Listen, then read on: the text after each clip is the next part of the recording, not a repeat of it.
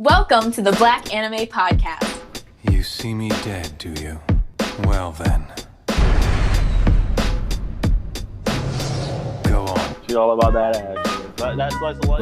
I love Naruto. I grew up on Naruto. So I just always compared anime to Naruto. You are now tuned into the Blxxk Anime Podcast. Not the same. Bro, that nigga was strong. He just got caught up by that. Emma is Naruto. Not the same, bro. Not even close. I'm afraid they could have been killed.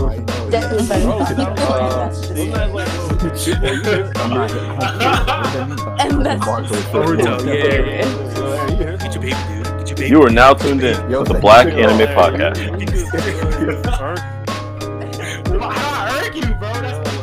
This is the end of the road.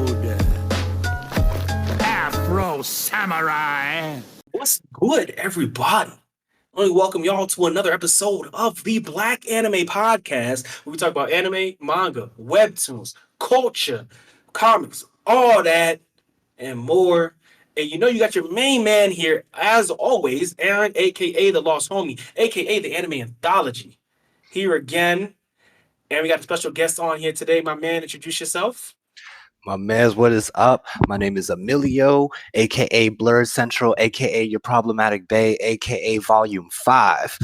What is up?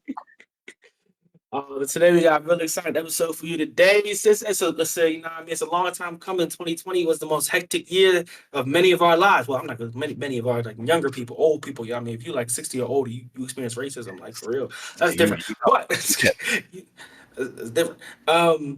But for 2020, one of the most hectic years of our lives. But even though people want to talk about it, we had a lot of good anime this year. All right, niggas was sleeping. The only season of anime that did not exist was spring. Besides that, we really had a full roster. We was really out here having it, out here swinging and shit. And a lot of underrated animes. A lot of animes that didn't get no shine, which is horrible. You know what I'm saying? Like a lot of really good ones that ain't get no type of hype around it. Ain't nobody watching. No, we gonna correct that today. Yes, exactly. A lot of stuff was swept under the rug because we was busy with COVID. But you know what I mean? It's time to brush it off. Go back. The seasons are over and watch them and get cultured. Get cultured. But before we begin, let's start out with the what's up like we always do. So what's good, my man, Blerd Central, Emilio? How has your week been? What you been up to? What you been watching, reading, whatever? What's up? Oh man, this week actually hasn't been a lot of anime. I've been catching up on the MCU a lot. You know what I'm saying? WandaVision came out last week and that shit blew my mind.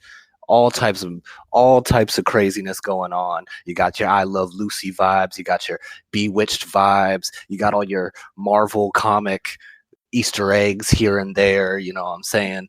It's a lot of that going on. Then we got I was just basically did my rewatch of the MCU, even though whenever I try to do a rewatch of the MCU, it really only ends up being like Winter Soldier and Spider-Man and Civil War.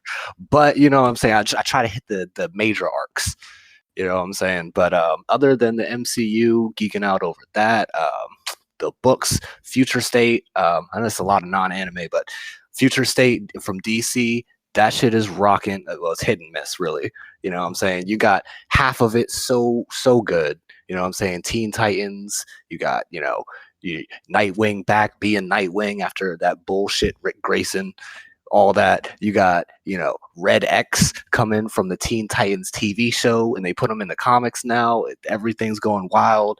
But then, they got real high books, and then you got your real crappy books. Like Superman of Metropolis. And I was so disappointed. I was like, Superman's son, okay, I'm down. You already got me. And then that book literally just took a shit right on me. Like, oh my goodness. But other than the Marvel and the Future State, I've been actually catching up since I said I was going to. Inuyasha has been a huge part of my life. Huge. Like when I was young, that was young Blerd Central right there, was Inuyasha. Does that mean you're watching Yashahime? Of course. I was scared of it at first, to be honest. I was scared of it at first because, all the continuations, they're more miss than they are hit. You know what I mean? Like they take a very special sauce to get right. Yashahime found that sauce. Yashahime. You're the first person to tell me that. I have heard nothing about Yashahime, and what I have heard about it was bad. Oh my! See, we're gonna get into that, but I feel like most of the hate around Yashahime is based around something that's not even like people don't even know yet. I mean, I haven't read the manga, but I'm good on I'm like episode like 9. I think the new one came out. I don't see that one, but and that's actually the important one where they actually talk about what happened to Inuyasha and all that. But a lot of the hate is coming from like, oh, Sesshomaru was grooming the little Rin girl and she's young and that's the mom, and it's like we don't even know if that's her mom though. Like if the mom of the two girls, you know what I'm saying? We don't even know that yet. So I'm like, everybody's like, whenever I ask somebody like, why do you actually hate this show? It's like, oh, the grooming, the pedophilia. I'm like, where is it though? Like you don't know where any of these little girls come from, except for like Inuyasha and Kagome's daughter.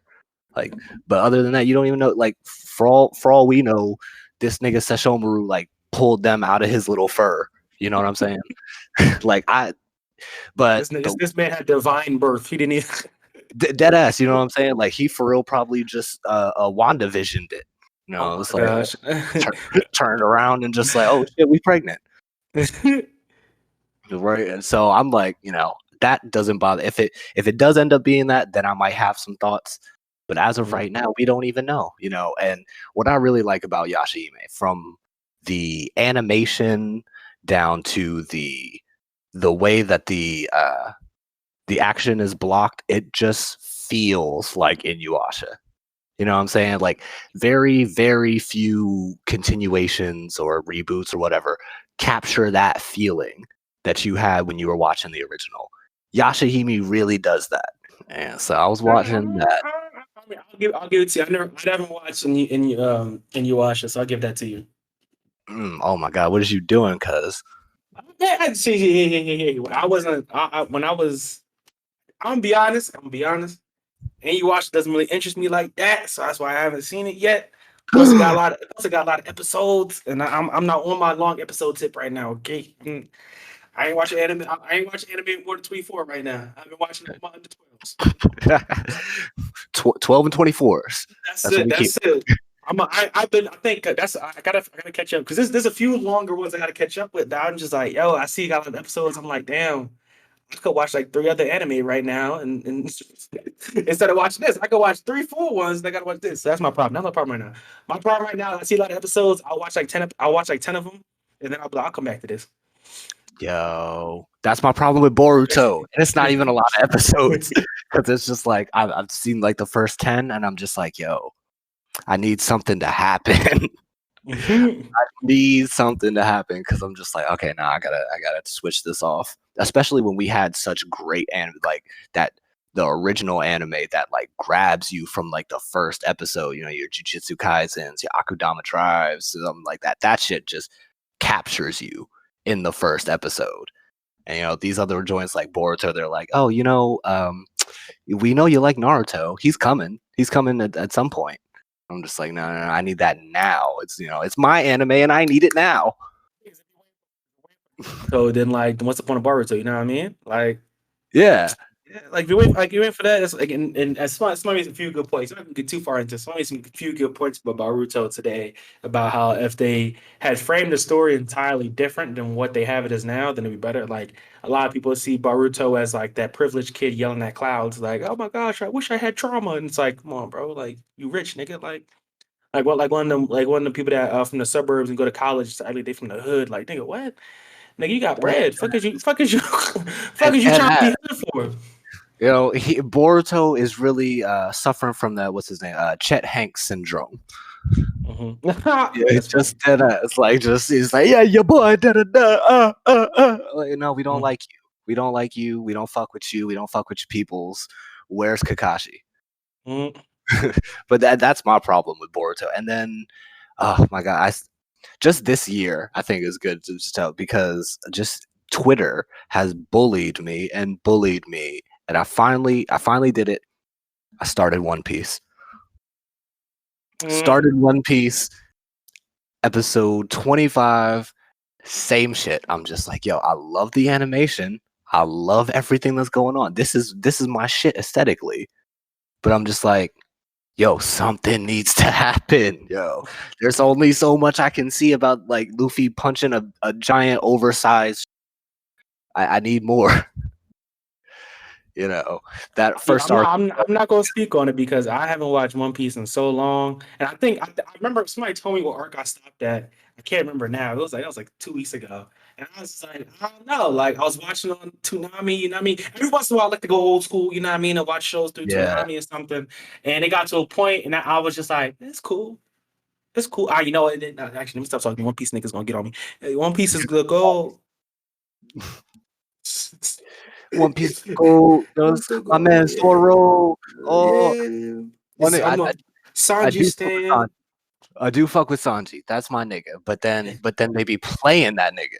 Like he had one of the baddest intros in the series. You know what I'm saying? Like he was fucking people up. He was, he had the heart to his story, and and then from again, because I'm only like 25, 30 episodes in, he gets on the ship and he's just like Master Roshi light. So I'm just like, that's funny shit. I can't with him. I need you to do some more badass shit. Like and every time I look at Naruto, I'm just like, damn, when's that part, when they all start looking like adults? And somebody was like, damn, oh, you got like 200 episodes.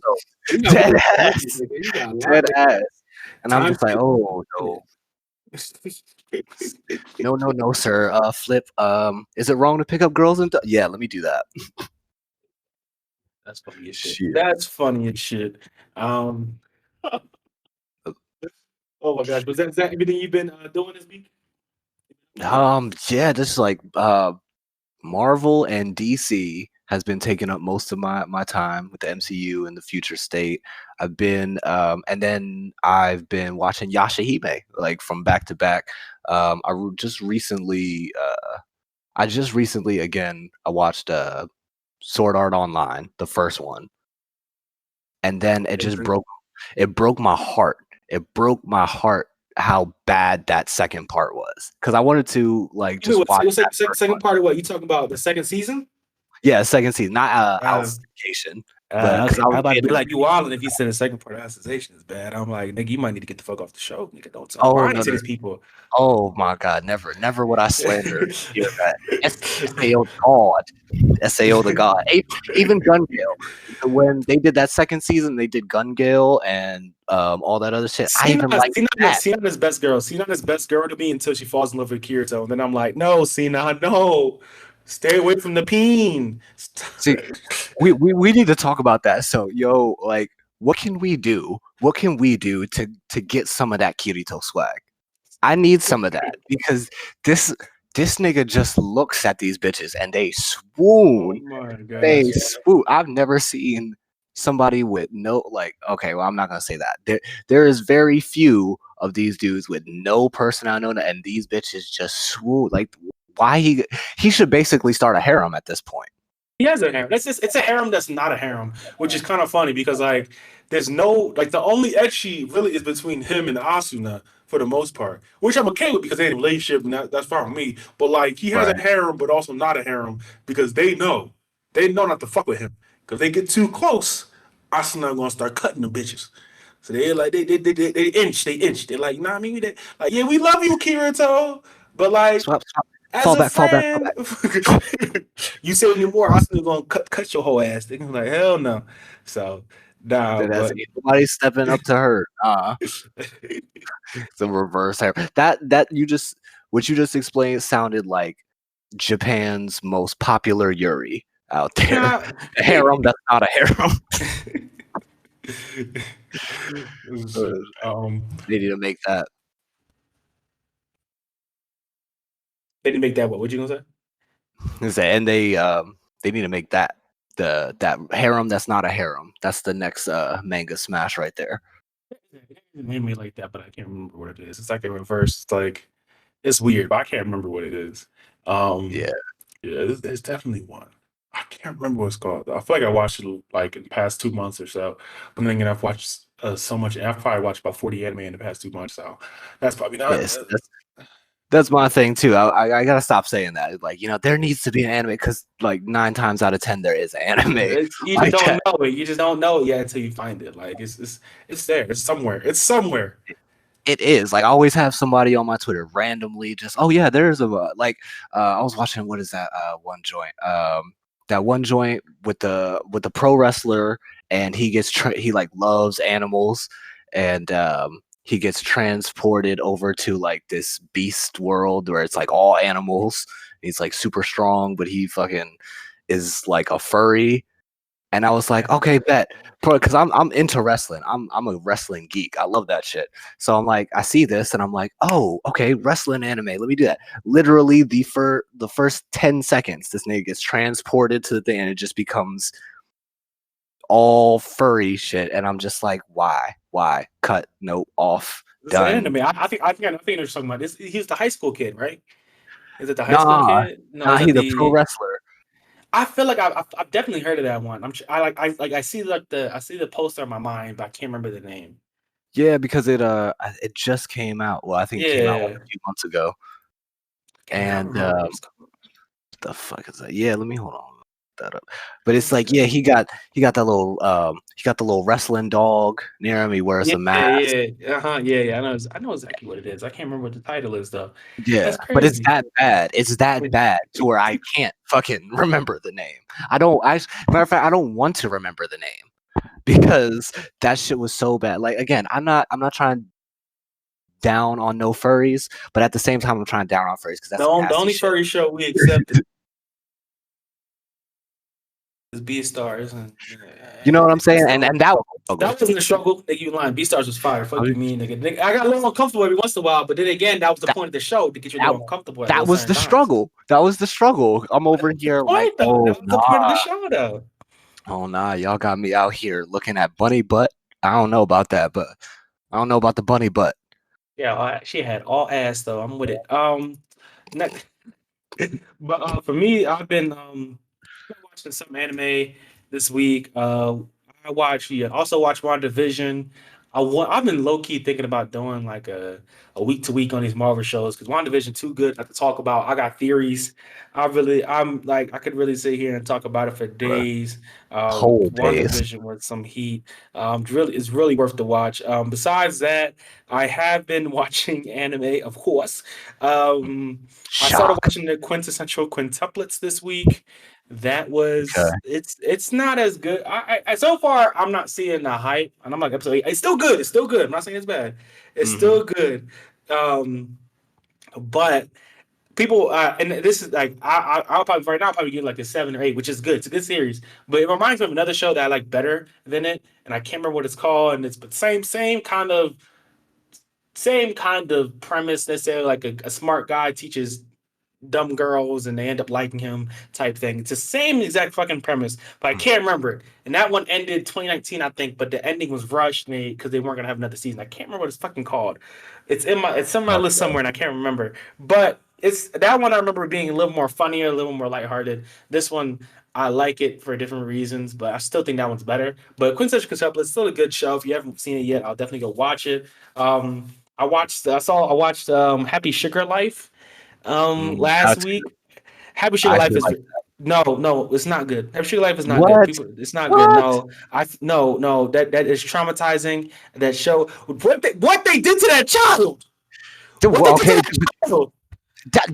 But that's like you just said. That's the shock.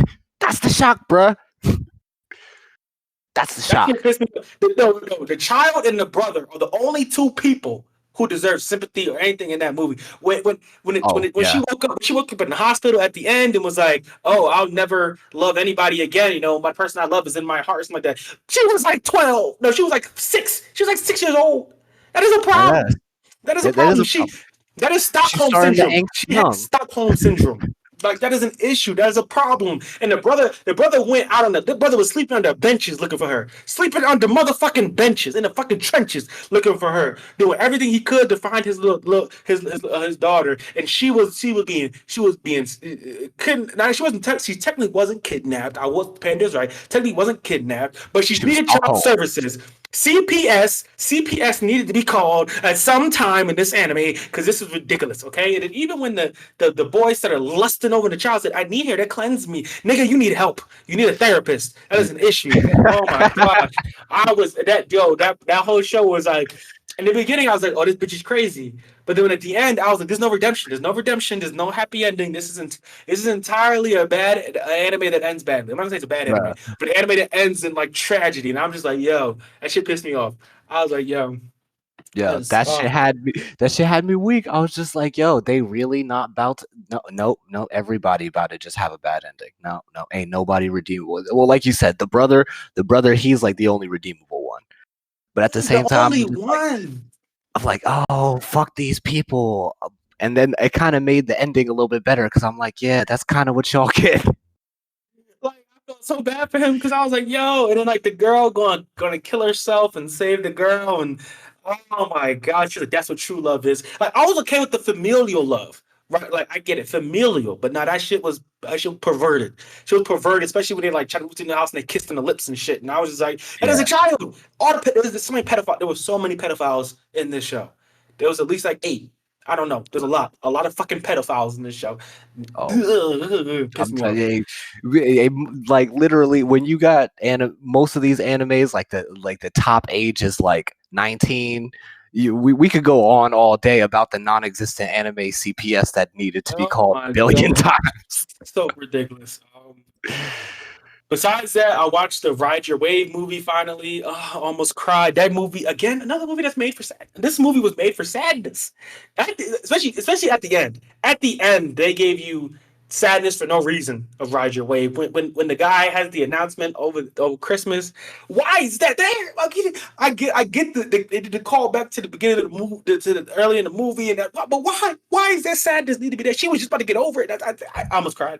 Oh my gosh. I'm about to start crying again. That shit was sad. And then we have Night is Short, Walk On Girl is another movie I watched, which is a very good comedy. That is a pretty good, meaning behind it, and the animation in it is just fantastic. Like, this is like Not As Sure Walk On Girl might be like a top 5 movie for me. Animation and art style alone, that's how good it is. Story wise, it's all over the place, but that's kind of the point of like the Night is Short part. Like, it has like a meaning behind it once you get down to it that just makes it really good. Besides that, I haven't been reading anything this week. But yeah, that's pretty much it. But let's stop wasting time. Let's get into the topic. So the topic is the best anime of 2020. Now we're not gonna get all the way down to like the little bits and pieces like the Anime Awards does. But we're gonna talk about some overall topics that are important to me necessarily, important. I feel like important in anime in general. And talking about the year of anime. We're gonna talk about the best original anime. Everything's gonna be in the top 3 with 2 honorable mentions, 1 or 2 honorable mentions. So we're gonna go through the best original anime, the best continuations, so this is season 2s, 3s, or 4s, whatever. The best slice of life / drama, whatever. We have the best Fight scene, the best sleeper hits, the best animation / art style, the most improved, the most disappointing, and lastly, the best overall anime of 2020. So let's start off with the best original anime 2020. Starting off with our honorable mentions. The first honorable mention I want to give is to Toilet Bound Hanako-kun, which came out in winter 2020. People slept on Toilet Bound. People slept on Toilet Bound. So much, still to this day. Slept on. And it's so. Oh my gosh! And the thing is, it's like it's dark, but it's wrapped in this very bright and happy veneer, which makes it even better. Like I'll talk more about how much I love it when we get to animation art style, but just the story itself is a really good story. It really plays really well on the myths and those stories that are more Japanese centric because it's Japanese like anime, folktales, like folktales, stuff like that. Like it really centers on that, and it expands them and gives them this breath of life that we don't really see very often in stories that handle these folk tales and these types of stories. And Total about Hanako-kun does it perfectly, giving them life, giving them character and the character development. Everything in this is just so good. I love Total about Hanako-kun with everything in me. Yeah, it was so good. Yeah, exactly. Like you said, the folktale is of the Japanese folktale part of it. It was so original to me because normally us being in America, we always see stories that are based on folk tales from American folklore. You know what I'm saying? There's only so many times you can see Pinocchio. There's only so many times you see Hansel and Gretel boil a witch, and the nature of them, like the Japanese folk tales, I guess you could say the American folk tales, like the true, like the original ones, are pretty dark too. But these Japanese ones are dark as hell. And it goes back to what you were saying. It reminded me a lot of Devilman Crybaby that came Yeah. out was a year ago, 2 years ago, where it's just so like all of these horrible dark themes, but it's just animated in such a poppy, colorful way where it's just like it really hits you with that crazy dichotomy there where you're just like, I don't know how to feel about this. That's one thing it did really good. Mm, that's facts. 100%. Is Total about one of your honorable mentions too? Yes. Okay.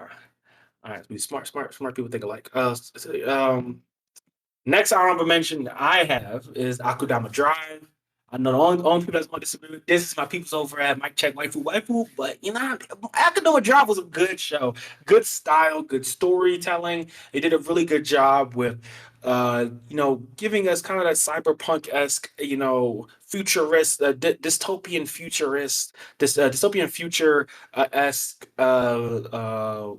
what's the word? I can't think of the word right now. It's like Style. Ghost in the Shell type Yeah, aesthetic. Ghost in the Shell, aesthetic. That's the word. Aesthetic type of thing. They Yeah. really gives a good job with that, and gave us really. I think for me, I really love all the characters, very distinct and unique characters that are different from each other, and some really, I feel like really unique and what's the word? Really unique and oh.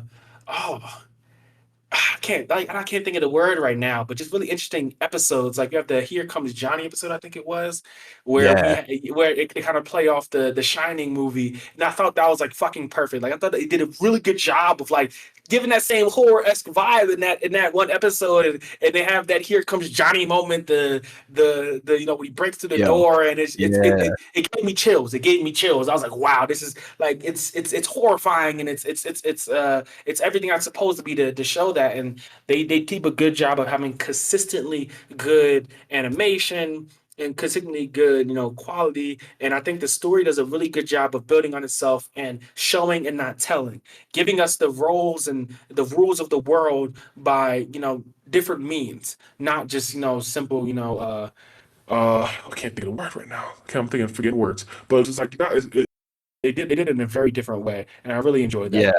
Very show don't tell. Yeah. You know what I'm Yes. saying? I agree. Well, what's your other? If you have another honorable mention, what is it? My honorable mention, and it's probably one that you're going to be talking about in just a second. Mhm. Decadence. Decadence was one of like that shit caught me by surprise. I didn't want to watch it at first. I thought it was just a little too, the poster didn't really capture me. You know what I'm saying? I was like, oh, okay, if this is gonna be one of those like regular, when I watched that first episode, it really turned my head around. Like it was what I thought it was gonna be. Like but you know what I mean? But what really set it apart was how well it did some of the things. You know what I'm saying? Like I didn't know how much I wanted to, see these little, like this underground city or, all these poor people running around. So it gave me a lot of cliches, but at the same time, like those aren't always bad. You know what I'm saying? Like it's a lot of stuff that I've seen in other anime and I thought I was just gonna pass on it, but they did it so well. Like the main character, is so likable, which really caught me by surprise. That's one of the main things that anime should have. Your main character should be likable. But for I think kind of all 2020, we've had a bunch of animes where like ain't nobody give a fuck about the main character. Nobody. You know what I'm saying? It's all about the supporting cast. It's all about everybody else. And the girl, what's her name in this? I almost forgot her name. Natsume. Yeah. She was charming from the get-go. And it was almost like she gave me like what's that other one? The promise it gave me like Promise Neverland, but with the type of action that I want in that type of scene. Now, Promise Neverland about that later on too, because that was very good. I'm not trying to knock on it, not trying to go, but it gave me those vibes with the crazy like SAO sort of like Mob Psycho, crazy off the wall action that really visually strikes me. So I had to put it on there just for how much it surprised me, like just how much I enjoyed it when I thought I wasn't going to. You're right. Next to my number 3 best original anime is Decadence. And I think for me, the reason why I like this is some of what you said, but also because I see they did a really good job of making the story itself a character, a compelling, Yes. interesting character. The story flexes and bends to the whims of the character. Something. I mean, it doesn't feel like what I mean is the setting, the world, all of that is such an effect on the main cast in the sense that it itself has become its own character. And we'll talk about a few other anime in which that doesn't happen, but they're better for different reasons.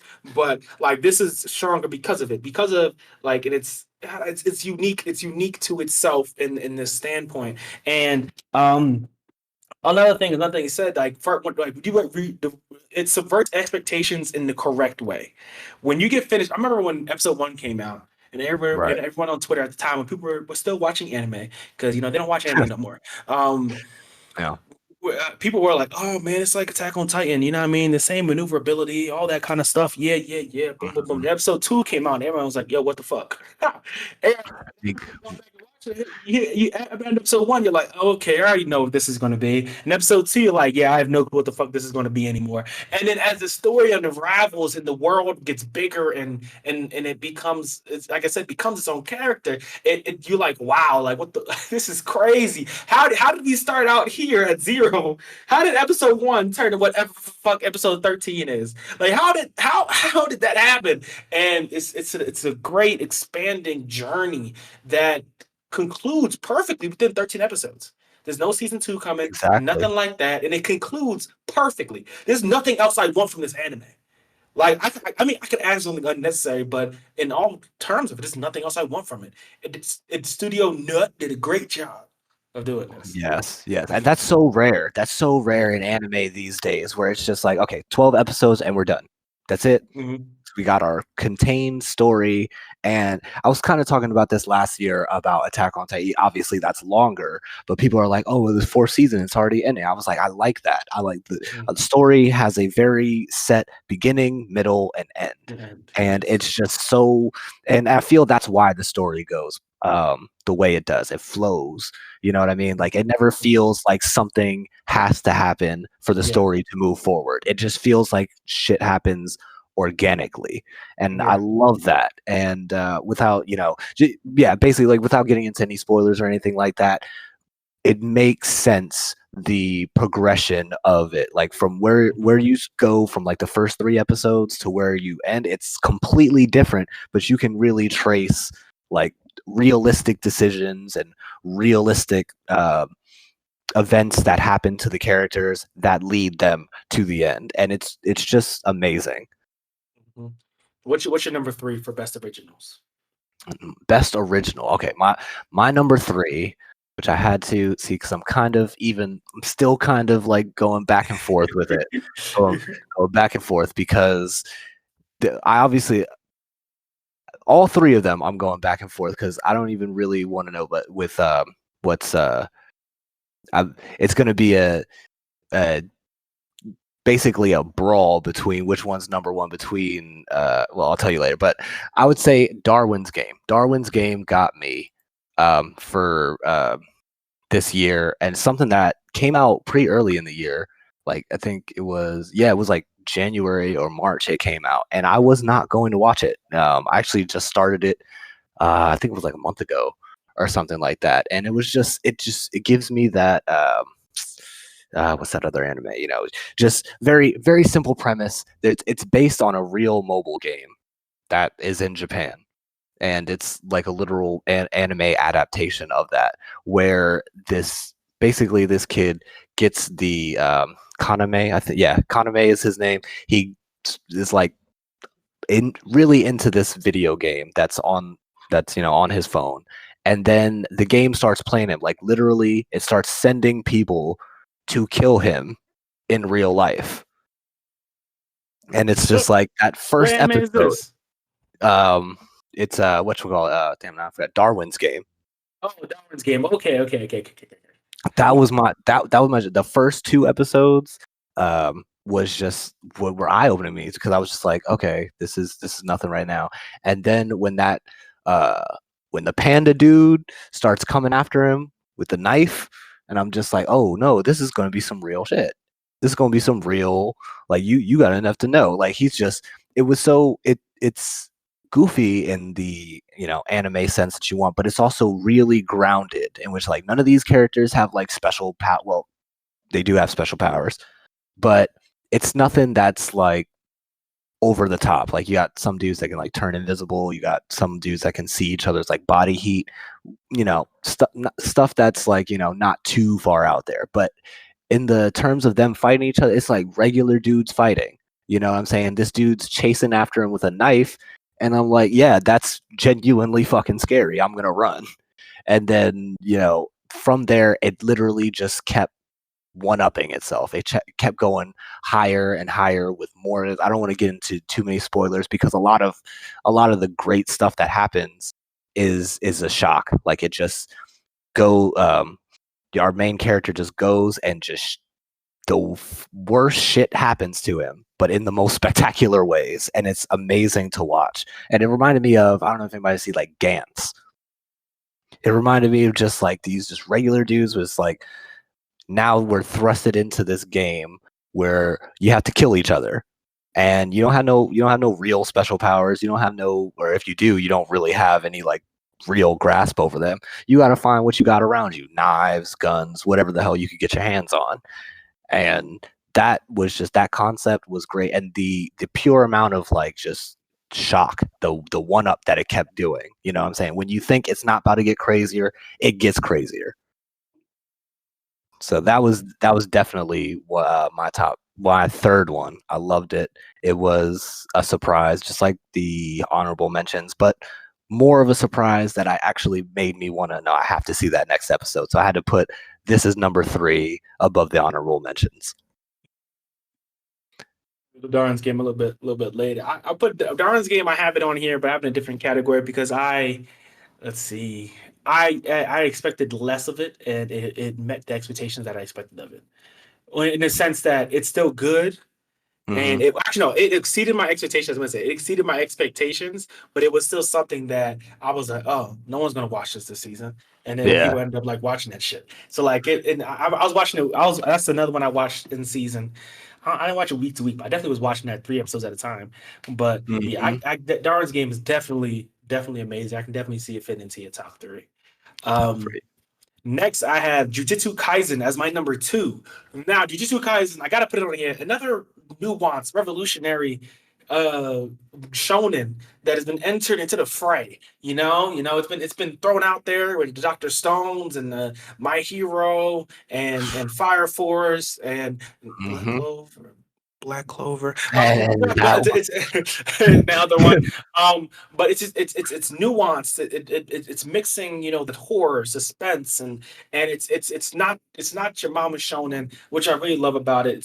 It takes inspiration from its past, but really, reverts it and does what it wants to do with it. You know what I mean? One thing I love about it so far is that we have, and it's something that we don't have a motivation from Yuji coming out as he wants to be the number one exorcist. You know what I mean? He doesn't want to be the number one anything. He's trying to right now, we know what his biggest goal right now is, that he just wants to figure out a way to give everyone a proper death, which I think is an amazing motivation, because it's different, because he knows he's going to be killing people. He knows I'm murdering motherfuckers out here, and he accepts it and sees that like that's the way that life is and how he has to roll with his job and everything like that. And I love it. And I love how his motivation is different than you'd see out of a common, shonen protagonist. And so I really love everything, and Mappa's doing a really good job animating it. I have a few issues with animation. I just feel like it's not flashy enough, but that's a personal thing I like. But technically it is amazing. Technically it is fucking amazing what they've done with Jujutsu Kaisen. And I'm gonna talk about its technicality when it comes to its animation more when we get down the line. But Jujutsu Kaisen alone, the story is interesting, it's compelling, the characters are very fun to watch, and they're very fun to dig into and learn more about. And I just shit. Yeah, that's Kaisen. also my second one, because it's just like I said, there's a second there's kind of a battle between number one right here, between this and the one that I'm going to talk about later, but figure I'll just talk about it since you just did. Put it in my second place. I'm shonen garbage. I am just the poster boy for shonen garbage. If it's shonen, give that shit to me. I literally still have the shonens that I bought as like a middle schooler back in 03. You know what I'm saying? That's my shit. And it's so refreshing, like you said, when you see a shonen come in and they just get everything right from the first episode. Like, it's just you get the Naruto vibes with with the what do they call them, exorcists? Yeah. I don't know why. Yeah, you get the Naruto vibe, like the Team 7 vibe from, dude, everybody's comparing Gojo to Kakashi, which I have issues with, but that's for another day. Because we all know Kakashi's washing Gojo. Like, that's not even a thing. Gojo, I don't know about that. That Mm, it's making literally create his own universe technically, in which he can get a perfect hit on you every time.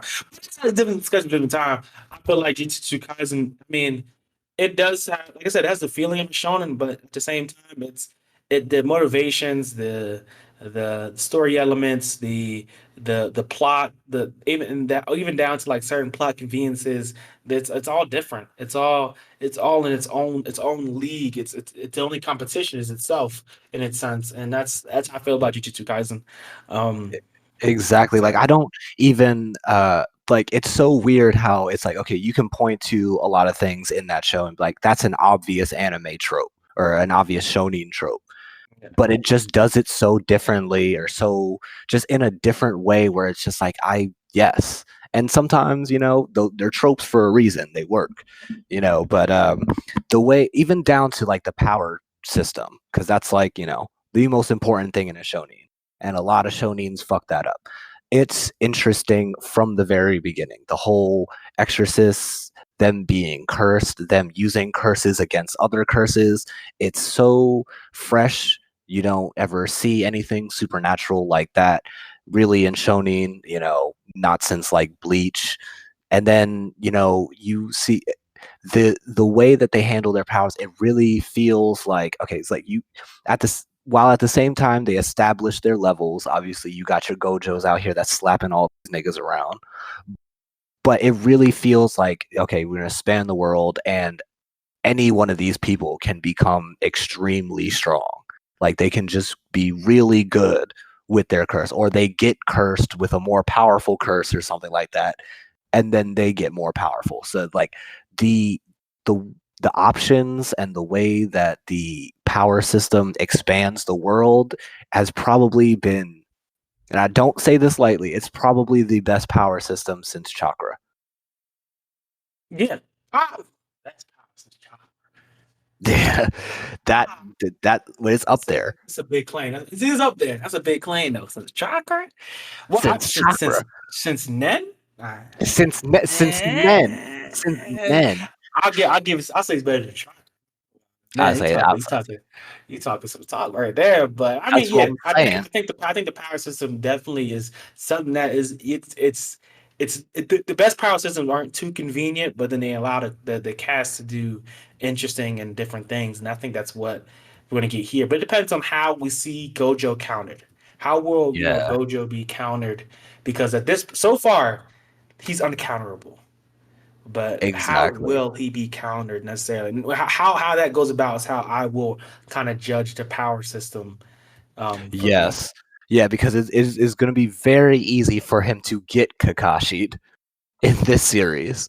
Like, it is very easy for them to say, okay, we got to establish the big bad, have him just fuck up Gojo, and then you know how bad he is, and Yeah, that's going to be detrimental for this character. yeah, That's, but that's what they did with I doubt that Kakashi. coming. I feel like it'll be more mentally than physically, but we'll have to see where this Yeah. goes and what it comes with. For my number one for best original anime, I'm pretty sure we have the same number one, don't we? We probably do. Hmm. Keep your hands off Izoken. Okay, this is Oh, the forgotten giant. The forgotten giant. Okay, because I got a little diatribe when Winter Anime came through, niggas was like, "Hey, ain't shit to watch. Ain't shit to watch on TV. Fucking ain't no anime to watch. 2021's garbage. COVID's here. Da, da, da, da." And my ass was sitting at home watching Keep Your Hands Off Izoken. And I was like, nigga, what the fuck is y'all talking about, bro? Like Izoken's on. Y'all should be tuning in every week. Like Izoken, nigga, Izoken. Like it was Izoken really took over the entire winter season. Is all I could think about for all up until Sword Art Online Alicization 2 came out. That's all I could think about was Izoken. Like Izoken was an amazing show, amazing animation, art style, amazing storytelling, amazing character development, and then character growth. Not only through personal achievements and being being better people, but then also through their artwork and how and their yeah. animation, and then just how they get together and just this is.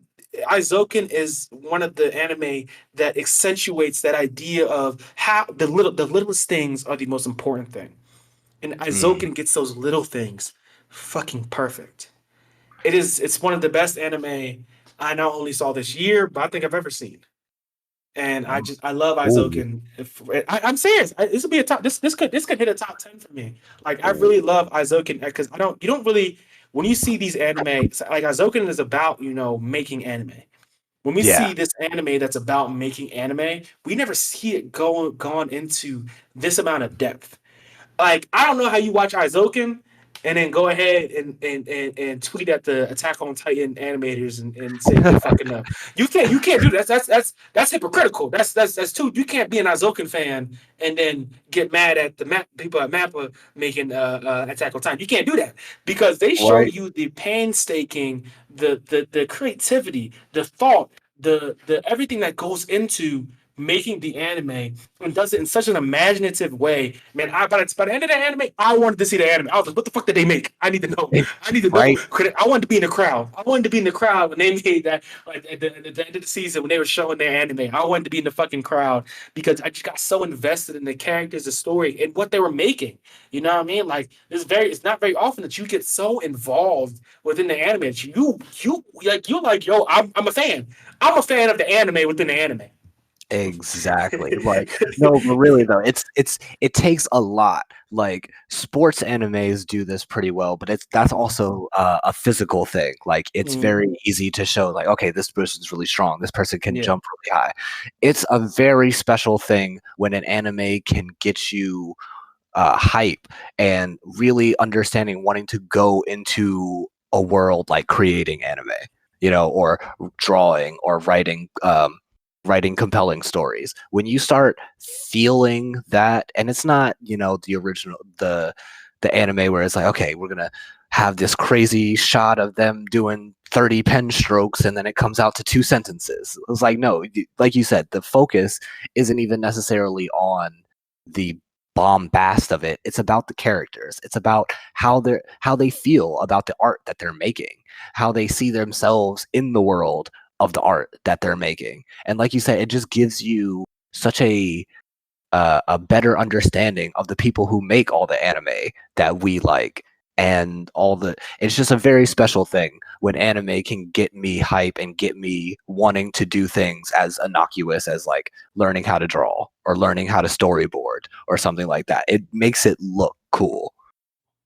Made it look cool, or it made it look, but also like it again. It made it look cool. Also made it look painstaking and everything like that, and the effort and the sounds and just I don't know, just those little things. Like there's an episode where they're recording sounds for the anime, and it's I just think it's fucking beautiful how they do it, and just I love it. I love every single moment of this anime. I don't think there's one episode I dislike in this anime. Like I love every single second of it. I don't know. Oh yeah, I definitely. don't know, man. I love every single part of it. Next is moving to best continuations, and let's start off again with drumroll. Oh yeah, number one best original for me. I gotta put it out there. What's your best original? Yeah. I gotta put it out. Akudama Drive. I gotta put it in there. I got to put it in there. Oh shit. Okay. All right. Go ahead. Talk. Gotta put it. Akudama Drive was as much as I said it throughout these other ones. This anime, I've never been caught by an anime so hard just in like the first 5 seconds. Now, like I'm a cyberpunk dude. I love cyberpunk. I love Ghost in the Shell. That's my shit. I'd rather that than fantasy. So immediately, this just went right up my alley. I fucking loved it. And I hate exposition. That's another thing that this does very well. It did a very good job of dropping you right into the world and not explaining shit. But you wanting to see what's going on. It's like during the first episodes, really, like by the end of the episode, all you really know is that there's these weird ass niggas called Akudamas. They have wild ass, crazy 100-year sentences and shit.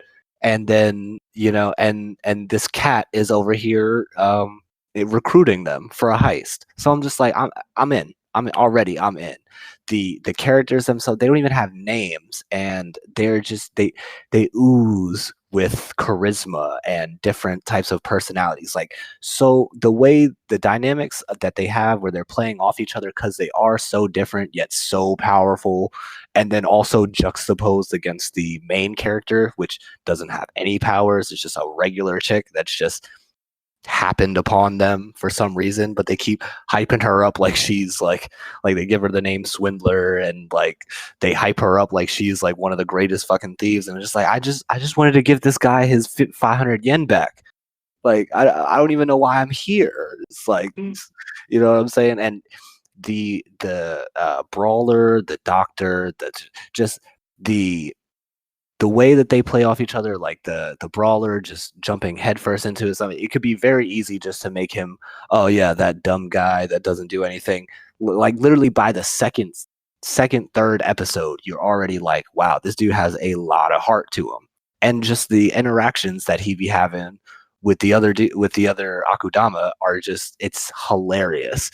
Then you got the hacker who is just always putting out quips, but although he's a little bitch, I can't wait for him to get slapped around a little bit. Then you got Mr. Anks, who I forget what they call him, but he got the Spider-Man bike, spider bike. And he's just out here. Are you talking about Courier? Yeah, Courier. Yeah, that's his man. Just got he took what's his name? He took Akira's fucking bike and just made that shit his own 10 times better, and he's out here like a fucking mix of like Spider-Man and Ghost Rider, just fucking driving up the sides of buildings and shit. And he's actually, the funny thing is that he's actually the least interesting one. He's most likely your what is it, like your angsty anime protagonist, but it's so funny how he really is like that archetype is pushed to the side a lot in the first couple episodes, and it's just like it's almost like this anime knows what I want, and then it gives me more of what I want that I didn't even ask for. The animation, phenomenal. The fight scenes, phenomenal. We gotta talk about that the hotel fight scene, and then we're gonna do that in a second. But the fight scene's amazing, the animation amazing. The characters don't even have names, and I feel like they are some of the best, they have some of the best dynamics in anime this year. The doctor caught me by surprise. The whatchamacallit, even the other dude that don't even have no powers, what's his name, the hoodlum, he only got like 4 years. That motherfucker is hilarious. But then how they turn that comedy with him between him and the brawler into like a actual heartfelt type relationship, like this dude genuinely, because he is that dumb, he really thinks that this dude is like this big badass, so he just automatically respects him.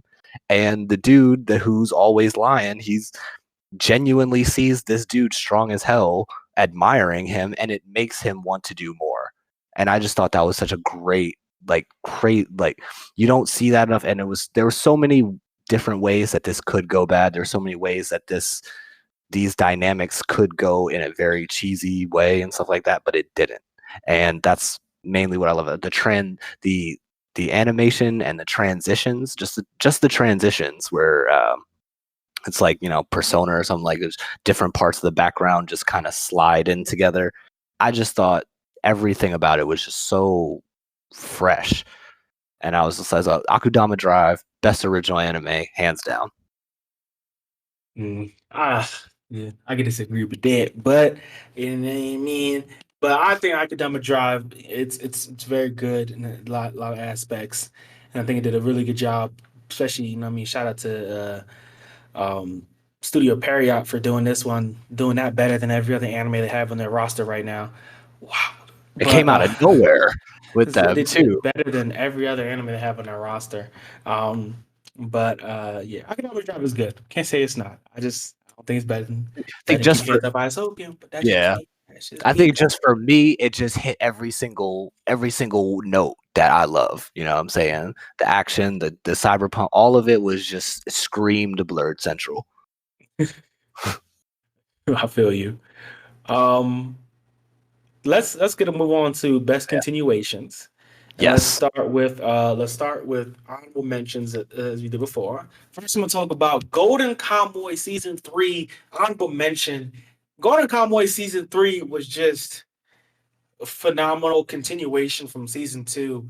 What I love about this anime is that it mixes comedy and serious situations in a way that no other anime has ever done. Yes. In my opinion. Yes. Like, it just does it in a way that's fucking unique, and so it gives us this story that honestly, when I first watched for the first episode, I was like, how do you build off of this? How do you make this an anime? How do you build off of this premise? And they did it. The fucking Mad Men did it, and they did it. And it makes it's interesting. It's compelling. It brings a lot of stuff together. Season 3 kind of brought us to this precipice to where we're like, what is next? Where do we go from here? Because this big arc necessarily that was basically spanned the first 3 seasons for the most part. This big arc is finished. Where do we go now? And we're on like the edge of a cliff of either greatness or disappointment. We were at the point where this series go either way, and the build up to this is fucking amazing. Golden Kamuy is an amazing anime that is built so well over its 3 seasons, and I'm so mad. I just now got into it this year. Shout out to Keith and everybody on Twitter for pushing me to watch this and binging. I really enjoyed it. Again, it's a unique story. This is a super unique story, super unique, and I could praise even more. What about you? What's your first honorable mention? First honorable mention, another one that just considering the beginnings, like the name of this anime, I thought it would have got more hype, but yeah, I kind of get how most people didn't like it. Psycho Pass 3, First Inspector. That definitely caught me. I love that came out this year? Yeah, it came out March. It came out in Japan in March, and then I think a couple months later it came over here. It was just I missed that. I missed that then. I love Psycho Pass. I missed that. Oh, see, you gotta see it then. See, Yeah, it's a bit of a prequel where so basically it explores like the inspectors K and Igatanov, whatever his name is, and Arata. Basically, they're going up against this whole like legit terrorist group, ready to take over like the governor and all that. And a lot, it's just like, I don't want to go too much into spoiler territory, but everything that I liked about the first Psycho-Pass, that very first thing, the very first season of Psycho-Pass, where it's just the intrigue of it, the mentor mentee dynamic of it, that's all here, but turned up to like 11. Because we already, like, the first couple Psycho-Passes, we've already gone through like that theme of like, oh, we're sentencing them, but they didn't even do anything. The real what is it, Minority Report, all that. This is a whole different animal because they are already going up against a whole terrorist group.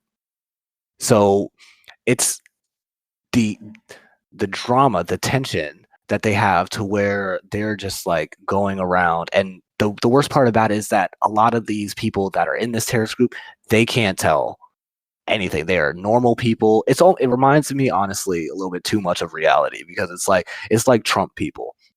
Like, imagine walking around and all of a sudden, like, Trump gets in office, and then you see all these people. It's like, oh, we can be racist now.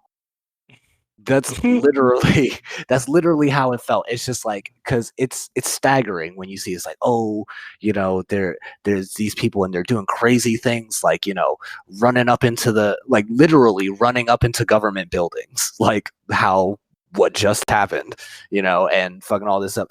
But yet the people that are doing, like, they're regular people. They're like high school students. They're, like, down and out accountants in giant corporations. And it's the way that took, it really felt like real life, because obviously it came out in March, so they didn't know all this stuff was going to happen during 2020. But the way it really mirrored the stuff that was going on in the country, like literally right now, it was crazy, and everybody needs to go see it. Everybody, because it also doesn't go so far into the, oh, let's humanize the people being terrorists. You know what I mean? Like, that's what I really love, because that's where I thought it was going. That's where it's like, okay, well, these are just people and they're just following this crazy guy. It's like, no, these people were waiting for somebody to basically unlock this craziness in them. You know what I mean? So there are people, is like, again, not trying to go into deep spoilers, there are people that literally pass the Psycho-Pass and still end up going and doing some of this terrorist shit later on.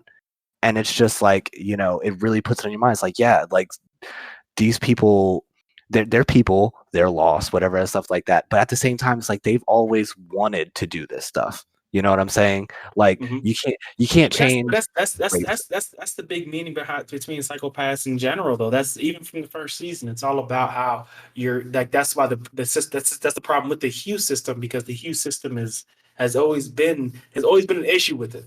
Like, it's never been accurate, because even though people may not seem dangerous, their true desires and what they truly feel is not. That's you can not be a dangerous person and do something dangerous, and like that's that. I mean, that was addressed in the season. Well, the First Inspector was a movie. I just looked at that. That's a movie, right?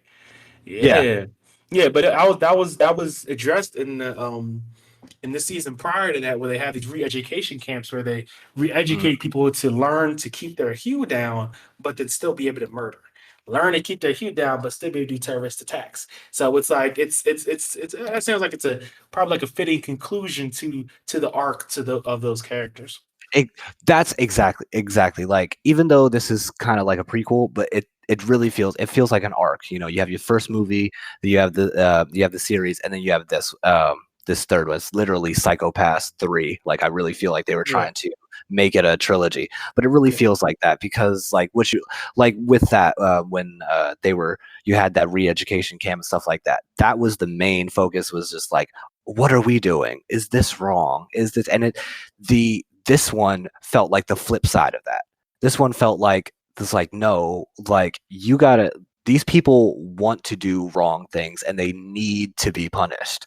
You know what I'm saying? And this is before all the, re-education camps and stuff like that. So I guess there's also some commentary for that, how far is too far, and stuff like that. But it's really interesting, especially actually when you add that extra layer into it, because the public perception and everything like that is completely different when they're not doing it, and then they decide to do it, and then the public opinion completely switches again. So it's just like, it's a very good character study on society. I mean, Psychopaths has always been a very good character study on society, but like you said, it's a perfect ending to like what you can look at like as the trilogy that is Psychopaths. So that got my first honorable mention of the discontinuation. That's just like that. Yeah. Next, my second honorable mention is Food Wars Season 4. Had to put that in here. Hallelujah.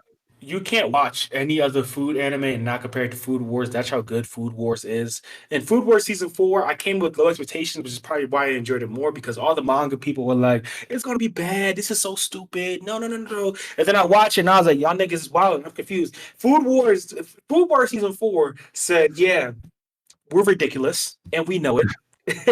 And we just gonna be ridiculous, and it just went ridiculous. And I'm confused by people, like when people talk about the manga. I'm like, maybe the manga explains it differently, but the way they did in the anime, I thought it was fitting to up the ante on the ridiculousness that is it, and then also still subverted at the end. I think Food Wars Season 4 was a great ending to the series. It makes me, because it's a shonen, I don't fuck Boruto New Generations. Okay, I don't want that next generation. I don't give a fuck about that. Yes.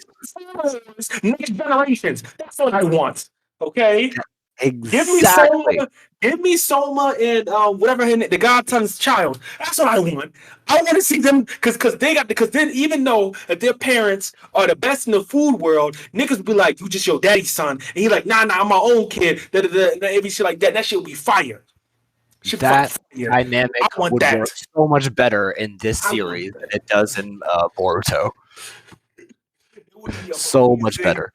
It would be fire because it'd be kind of redoing the story from the beginning, but a new character with a different taste palette, because he has elements of the God Son, or maybe even only he can like taste disgusting food, or they give it some complexity, and then he also has Soma and like that, and his father is like, which Soma didn't, but at the same time he rejects his father and said the other way. I'll be writing shit myself, but Food Wars Season 4 was an amazing ending. I loved it from the beginning to end. I fucking love Yukihiro Soma. That is my favorite. That's my top 3 MC probably. That nigga is the GOAT. I don't give a fuck what nobody says. Nigga is the GOAT. And I mean, the season just ends as it should. I think it hit the precipice. Usually you get to that point where it hit the precipice in the season, and it didn't disappoint. It instead again upped the ante, and it made it fun. And I think the best part about Food Wars, which I think people forget about, is that it's a fun ass series. It's just fun. It's just fucking fun. Don't take it too seriously. It's just fun.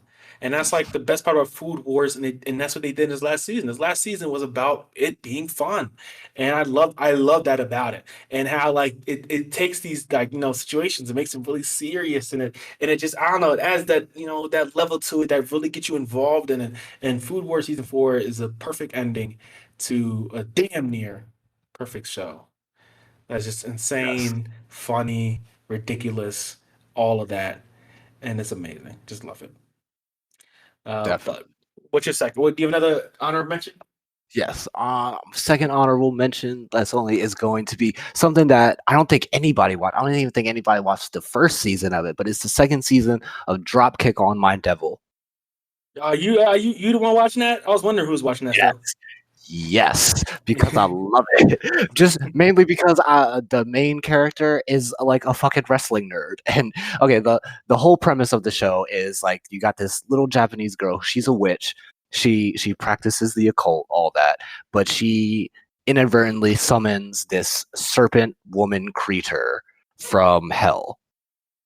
Now and then, since the the serpent woman is just pissed, like, why the fuck am I here? I hate you humans. Fuck all y'all. Like, just mad as hell. Like, why you get me out my bed?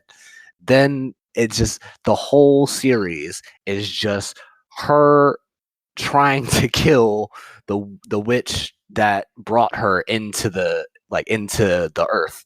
And it's so hilarious because it's just the way that they make the the evil serpent woman Joshin is they make her powerful. They make her somewhat likable and stuff like that. But she just keeps getting her ass handed to her by this witch girl, which is Joshin Chan. It's so funny. Like, okay, like 1 minute, because it in the second season, basically, like she just basically just says, "Fuck it, I'm going on a whole new approach. I'm gonna befriend this bitch. I'm gonna befriend this bitch because she's always acting nice to me." So, and then as soon as she drops her guard, bam, I'm gonna kill this bitch. I'm gonna kill this bitch and I'm gonna rule the world. And it never happens. It like literally, but also it doesn't mess up like her just acting Josh and Chan, the witch, just acting so nonchalant. She summons this world-ending demon into the world, and she's just like, all right, well, shit, let me go see what my friend's up to. You know what I'm saying? And it's so funny. She's even got like personal relationships with like mythical creatures, like Medusa is in the show, who's fucking hilarious. Like nobody can look at her, but she just always talks. So when you talk, it's like you're kind of like facing away from her, but you're having like full blown conversations. And she's like, "What?" And all the fucking snakes on her hair fucking have their own little reactions too. It's horrible. It's the way the animation is, the way that your Josh and Chan always gets the one up on like there's literally this part where it really feels like the serpent is gonna get up to her, and then she just like literally jumps up and gives her the biggest like macho man elbow drop, and that literally brought a tear to my eye. Like just seeing that in an anime was so good. It brought a literal tear to my eye, and just how funny it is. It's definitely something y'all should watch. Go watch the first season, come back, watch the second season. You will not be disappointed. It's hilarious. Check it out. I looked at it once and I was like, no, but maybe I'll check it out in one of my garbage hours. Maybe I'll end up enjoying it. We'll see what happens. That's when you'll enjoy it the most. Next we have my number 3 for best continuations. I have My Hero Academia season 4. It was very hard for me to make this list. Okay, it was very hard for me to make this list.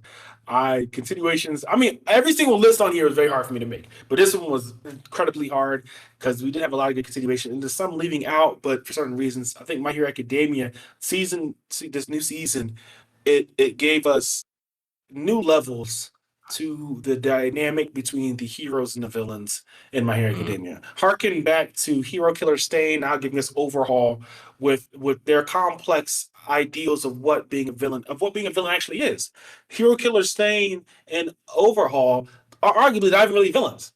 I mean, Overhaul he's a gangster, but in a lot of ways he's not. He's evil, but he's not your traditional it's like comic villain. Yeah, and it's what they're doing really with My Hero Academia. What's being done with it is I think is phenomenal for not only the anime shonen world, but manga world too as well. Like My Hero really upped the ante with this, even with Gentle Criminal and everything like that. Changing the face of villains, let's say, in this world. And then also just the Deku vs. Overhaul fight was an amazing fight. I don't know, it shows us the potential for Deku. But then, also, it shows us the limitations for Deku as well. You can't save everybody, and, he fails. And I think it's a failure that's important, and that's going to stick with him through the series. And it's really going to be a thorn in the side, but also a motivator to keep him getting better. He failed on 2 fronts, really, honestly. He failed on more than 2 fronts, 3 fronts. He failed on a lot of fronts. Yeah, but yeah. The things that stuck with the him. whole season failing. Like, he's one thing this season. And that's the point that was like in this. I love the emphasis on the team aspect, but also him having to learn to distance himself from them, and learn to be able to fight on his own, which is something he can't do yet. So I think My Hero Academia season 4 added a lot more complexities to the series, to the characters, and to their own individual strifes that's going on within the season. So I think season 4 was a good season. Definitely worth the watch, and definitely I can't wait till next season come out, because My manga people have already told me it's coming, and I can't wait to see how they again add on more levels and layers to this series that is already unlike any other shonen series. Exactly. It is. It is so good. I'm gonna talk about it later because it's my top three. Mhm. What's your number three, May? My number three, and I'm gonna have to put what we already did talk about a little bit. Food Wars season 4. I absolutely just like I was talking about Akudama Drive. This series just screams Blerd Central. You know what I'm saying? Everything about it is just so. I love that I can watch it and not take it so damn seriously. I love when I want to take it seriously. You can really get into the matches. This show literally makes me want to cook. Like I can't tell you how many times I've watched this show and then went straight to the grocery store to just get a bunch of shit that I still have not used to this day. You know, it's wild how great, and like you said, it's the perfect, it knows what it is. And I think that's one of the best strengths that it has. It knows that it's crazy. It knows that it's very silly. It leans into that. And it feels like every season it knew that more, and it really leaned into that more, and it was the better for it. And since season 4, they took all of the shit that was good about the first one or the first 3 and just rolled it into this giant anime great burrito that makes me orgasm when I take a bite into it. All of a sudden I'm flying on burritos. That's what I love about this show so much. And also I'm a sucker for animes where you see the characters grow up. You know, like that's the best thing I feel about Naruto. It's one of the best things I feel about oh damn, now I can't even think about it. Bleach. No, Yeah. yeah. Yeah, it's one of the best. Like I love seeing a character in, young and stupid at the beginning, and then just turns in just a bunch of crazy shit happens to them, and then they just better for it. And this really leaned into that because you got the first season. They're basically, what is it, like the equivalent of middle school or like high school, I think. It goes in, and by the end of it, yeah, like you see them, they're grown up, they're starting their own restaurants, and you're just like, my nigga, I'm so proud of you. I'm so fucking like I'm so, talking to my fucking screen to a cartoon. But I'm like, nigga, I'm so goddamn proud of you. You got your own motherfucking restaurant now. You better serve up them motherfucking squid legs. Yes. So like Food Wars is nothing but great, and just watch it. Just watch it from beginning to end because it'll just leave a smile on your face, and that's just the best part about it. Food Wars definitely number 3. All right, my number 2 is Haikyuu season 4 part 2. Haikyuu season 4 part 2 is it's a return to greatness. Return to greatness. Haikyuu. Y'all have heard me talk about Haikyuu too damn much on this show, and I'm gonna keep talking about it because if you have not seen Haikyuu, you're missing the fuck out. Go watch it. Go watch it. Haikyuu. Why haven't you already? Haikyuu is fucking amazing, amazing show, and I mean, this season just again upset. Like the tense situations, the tenacity, the effort. We had one of the biggest hype moments this entire show in this season. In the entire show. Yes. In this season.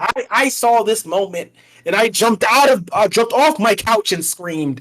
I'm pretty sure my neighbors hated me, but I had to do it because I couldn't hold it in. Haikyuu just, it has been the edge of my seat every single fucking episode. This is the anime that makes me not get sleep at night because I will just stay up all fucking day, all night watching it. The only anime that I can watch 10 episodes of a season and it just be one match, and I don't complain about it. I'm like, okay, fuck it, okay, because I want 25 seasons. I want 25 seasons. Keep doing it. That shit, yo, because I'm so dead as because that shit will Dragon Ball you in the worst way. I guess we can talk. We can update now. It Attack on Titans you so hard. Like it's just like, yeah, I'm about to spike, and next time I'm just like, motherfucker, son of a bitch, every time. But like you said, that is why I couldn't watch it week from week. I had to wait for the whole thing to come out, and I'm just like, I binged the whole thing, like you said, like probably like in 2 days, because I just had to see the next episode every single time. It does everything. I think I might, after this season, might have to call it the best sports anime. Might have to get it. It slightly might edge out Hajime no Ippo. Slightly. And it's like it'll be a constant battle for number one. But Haiku really ascended from like fourth, fifth best sports anime to like definitive number one with this last season. It's already my number one, so I don't have that issue. It's already my number one. But yes, I agree. Amazing. Haiku's amazing. All right, what's your number two? Okay, my number two or number three. No, number two. Number two. Oh, we did number two? Oh, damn. Yeah, okay. So my number two is y'all gonna laugh at me, but Blxxk. Blxxk season 3. I think Everybody, Agretsuko was like trending when that shit dropped. People be on Agretsuko. I fucking love that shit so much.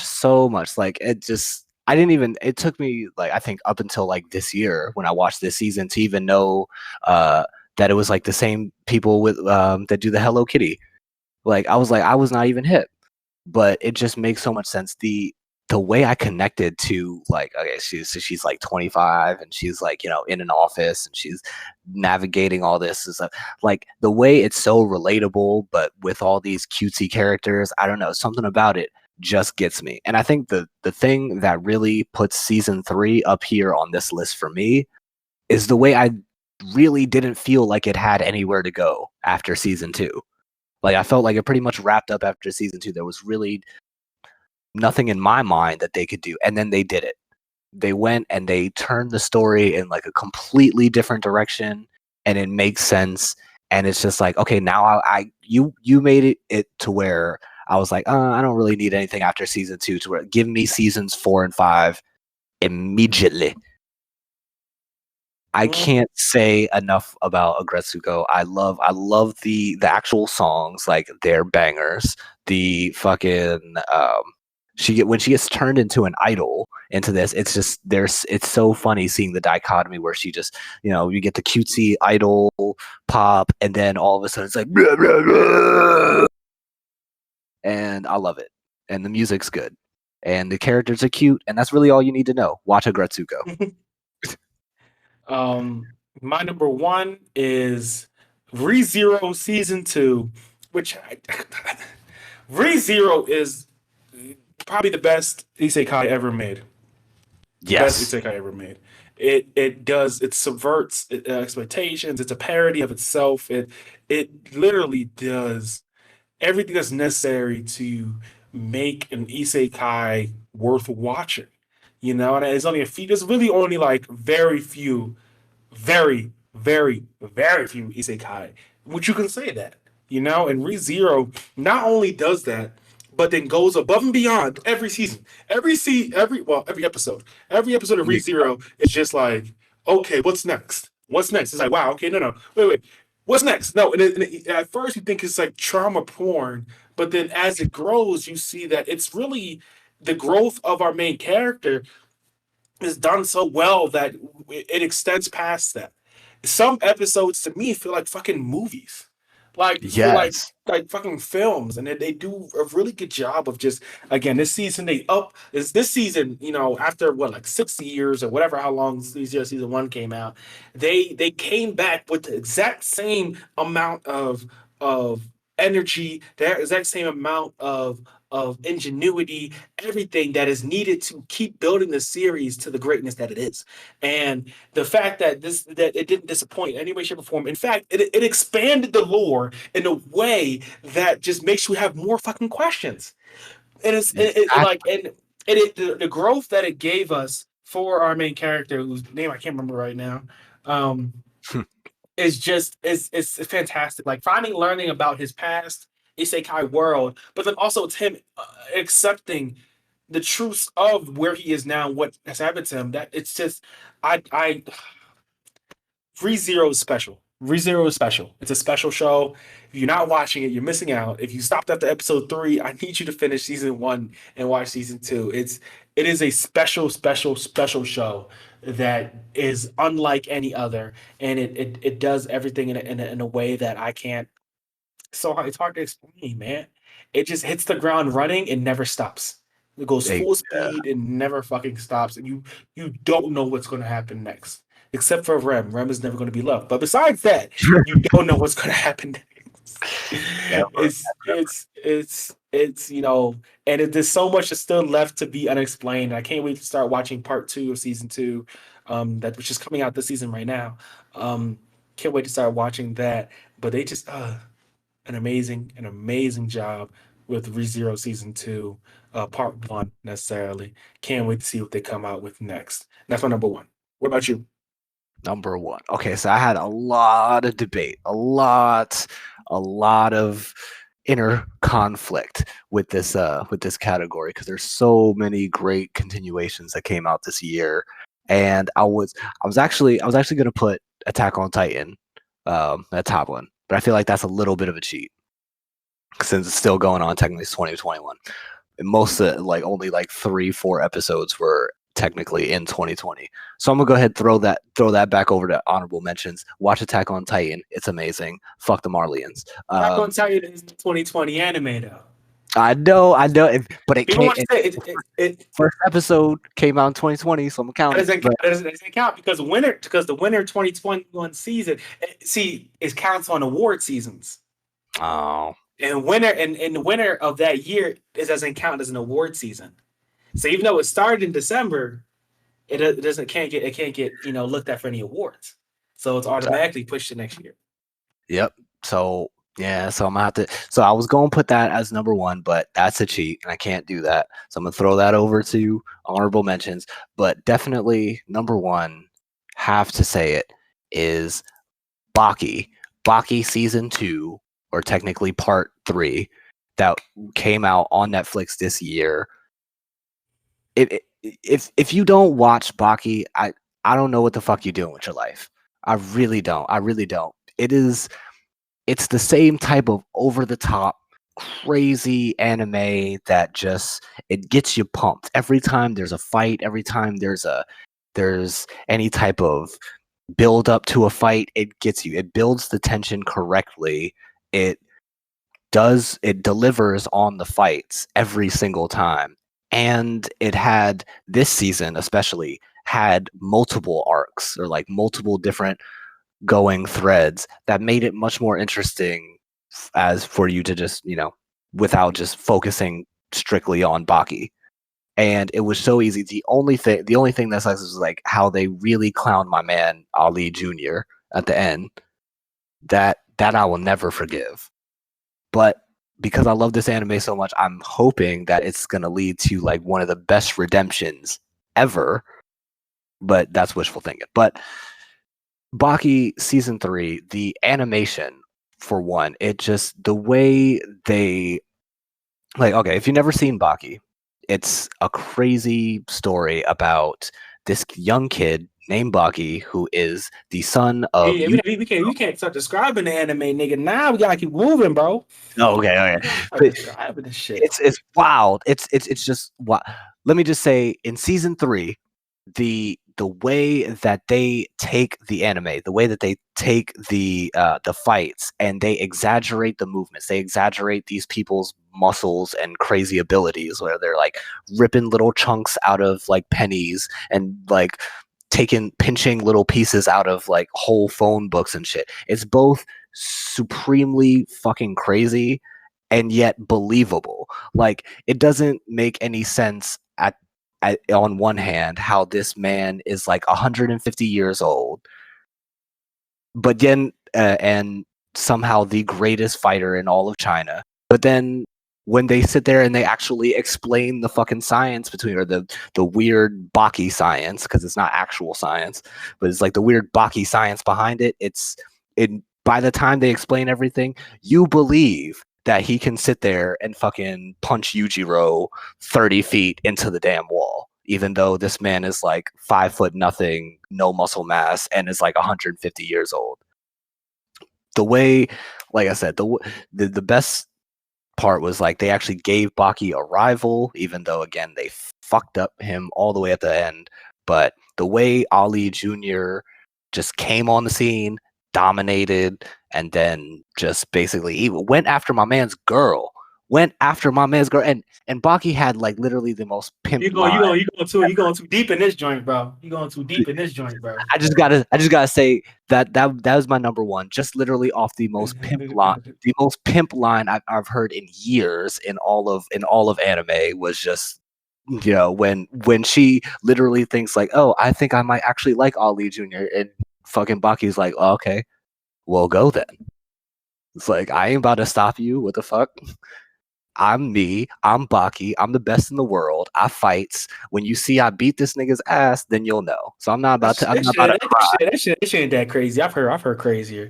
That nigga ain't say that. Nah, I've heard crazier. That ain't even top 5. That's not even top 5. That nigga told her to go. I didn't see niggas slap hoes and be like, I ain't leaving. I didn't see niggas that different in anime, bro.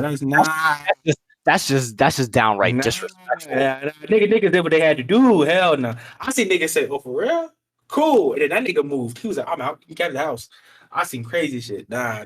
That's just disrespectful. That's not a bad motherfucker. That nigga said, bye then. Okay, cool. Bye, Felicia. Shit, nigga. That nigga didn't go hard enough. He didn't go hard enough. That nigga said, I don't give a fuck, and then beat the nigga's ass that girl. I've seen worse. I've seen worse. I don't like Baki's okay. I don't watch Baki. Baki's okay. Oh my god. Crazy. Baki's the best. Come on, bro. Baki has had some PS moments. Now I was like, yeah, I gotta stop. What? That's it's like Food Wars to me. No, it's like it's not. No, wait. The Food Wars animation is always on top, always amazing. No, Baki has PS2 animations every once in a while, and there was one time they was fine. And I was watching it, and I was like, okay, that's pretty good. And I'm an animation nut. When that shit with the PS2, I was like, yeah, the niggas ran the budget. I was like, come on now. Oh no, yeah, Netflix. That's also another thing about this specific like part 3. Why it makes so good, because Netflix stepped the fuck in. Netflix stepped the fuck in and was like, all right, racks, nigga, there you go. Don't ever do that shit again. And they didn't. So I gotta commend them for it. It was wild, and I was like, yeah, I can't watch this. But let's move on. Let's move on to best slice of life. Slice of life was easy because low-key kind of easy. There wasn't really a lot this season this year that I could put into like a top 3 for real. Mm-hmm. But for my honorable mention, I only have one. I have Somali in the Forest Spirit. I talked about this with Anime T earlier this year. Well, last year. Somali is baby. This is also probably one of my favorite fantasy worlds in all of anime. They did a really good job of describing this world with also not describing it. Very good show, not tell type of way of doing it, and just the development of these characters, and then their subsequent growth and progression, and just growing the Golem and Somali is just. They go from like two people who are kind of just cool with each other to a true father-daughter duo. And it's just, it's so beautiful. Oh my gosh, it's just such a great anime. Animation's amazing. And it's just, again, it's one of my favorite fantasy animes, I think. Because the world itself, they do a really good job of giving us a fully imaginative fantasy world and building on it without it being, corny, or without it being forced, or, I mean, we're with them. We're with them on this journey. And I think that is what makes it so special. What you got, man? All right. I didn't have any honorable mentions because I only have 3, but and they're kind of all number 1. Like I like them all equally. So I found it real hard to rank them. So I'm just putting 3 out there. They're all on the same level. First one is Fruit Baskets. The continuation that came out this year. It's honestly the first Fruit Baskets was like one of my favorite slice of life. It was actually one of my first slice of life anime that I ever seen, and whenever I looked at it, it gave me that warm, fuzzy feeling. You know what I'm saying? I could have actually put this in continuations too, because the way, like, everybody knows Fruit Baskets. I ain't gotta explain it to you, but the way that this second season built upon everything, and because it was so long, it's kind of the same thing as we'll talk about that other one later, but it really gave me those same feelings that I felt watching the original one. which is extremely hard to do. Like I can't even watch Fruit Baskets again, like rewatch it and get those same feelings. And I got those feelings watching this continuation. And again, like just like a Gretsuko, I felt like this didn't need a continuation, but they gave it to me and it worked. And that's something that I will always immensely respect, is that like give me something that I didn't know that I needed.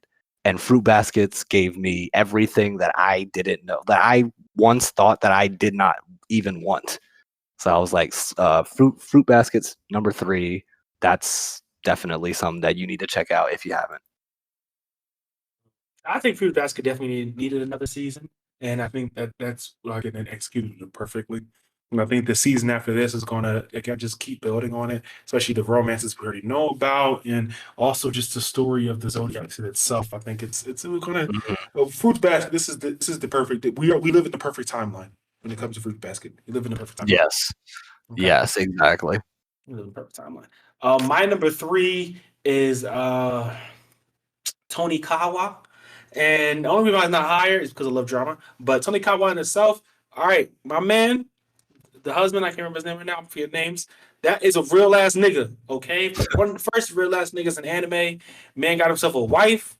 Man be trying to get that pussy. I'm with it. Like this nigga, a few times, last few episodes, this nigga was trying to get it on, and she was like, "Oh no, I'm not ready yet." He said, "Okay, that's cool. I'm not gonna force you. I mean, but when you ready, I'm here.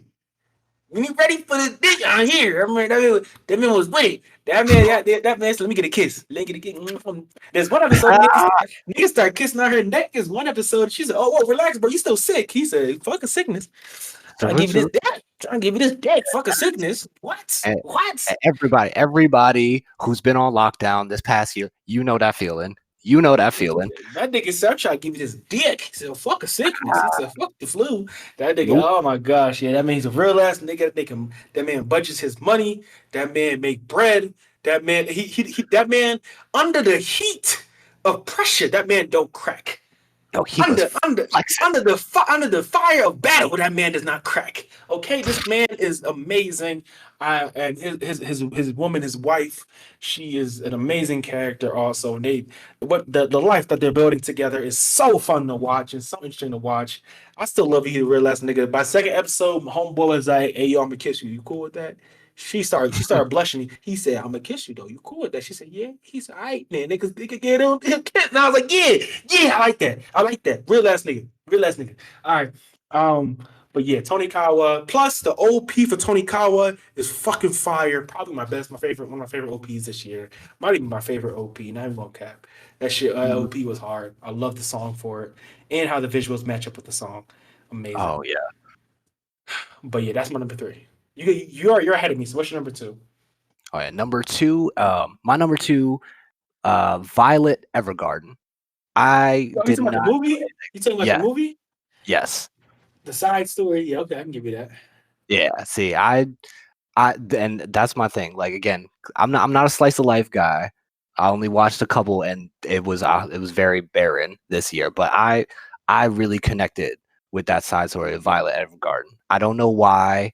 Honestly, it's a bunch of like, it's set in a completely foreign time zone. It's set in a time where there's like wars and shit going on and stuff like that. And I don't know why so much of it resonates with me. But I just loved I love that damn, now I'm forgetting his name. Shit. I guess I didn't love it that much. But it caught me. It definitely caught me. Like the way that they the way that they juxtapose like all the violence that was going on with these relationships, these sort of passing bys, these characters basically. Like, 'cause that's also another thing. It felt like they really spent more time developing characters than they did relationships. And that's one thing in slice of lives that you care more about these people together than you do about the actual people. Like these people, like they had real motivation. They had shit going on. Like they literally came out of a war and stuff like that. Like these aren't like, like little kindergartners and shit like that and doing their cute shit like that. There's some angst in this. And that angst makes it just a little bit better for me.